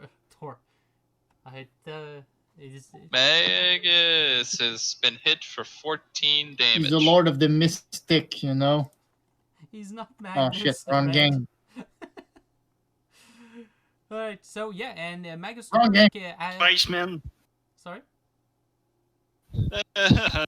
Something funny about that. Oh, and since he has a psychic ability of 9, he just made it. So he's not destroyed on the spot. Still, he is injured. So the warrior is now next. Ouch. Ouch. So that's how much? Well, it's 11. Okay, so it's 8. He has an armor rating of 3 if you don't have the blood sword. So 8 damage. Alright, he's nearly destroyed actually. You hit with that. I missed. Oh, you missed with that one? Oh, that's sad. Sad. Okay, well, my turn now. As the enchanter, I will attempt to blast him off. And that's a hit. Yay! I'll just do the honors of putting an overkill spell on his face. 32 damage minus 3, so 29. He now is as minus 14 hit points. So at this point, Dead. he's pretty much dead. The Hydra Fang was not even useful. Sorry. Yay! We are victorious! So yeah, that was the final fight. Alright, let's see. 500. Damn, we wrecked them good. Yes. So here's the final paragraph. The Magi have been defeated forever. Your quest ends in victory. The last trump sounds throughout the world as midnight brings the end of time. All those who have died in all the Earth's history are awakening from the sleep of death. All of your companions and adversaries live again. You see the troubadour who gave you the first fragment of the blood sword and set you on your quest. He greets you with a smile as he plucks at the strings of his harp, drawing forth a tune of supernatural beauty. In that instant you know him for who he is, no mere mortal, but an incarnation of the Archangel Abdiel, who forged the swords of life and death. He descended to Middle-earth to choose mortal who could undertake the holy quest on behalf of all mankind, and he chose you. A golden light spreads up from the horizon. It is not the dawn, or at any rate no ordinary dawn, for it comes from all around, and the light it brings to the world would never fade.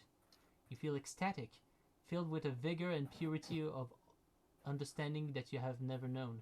The Creator of all is coming to judge his children, and to be judged by them, for that has been the purpose of all time to this moment. You know that you have done God's will, and paradise will be your reward. But better than this, you did what you knew to be right. Your knowledge of that fact, and your awareness of your identity in the scheme of things, This in itself is paradise. And that's the end of the book.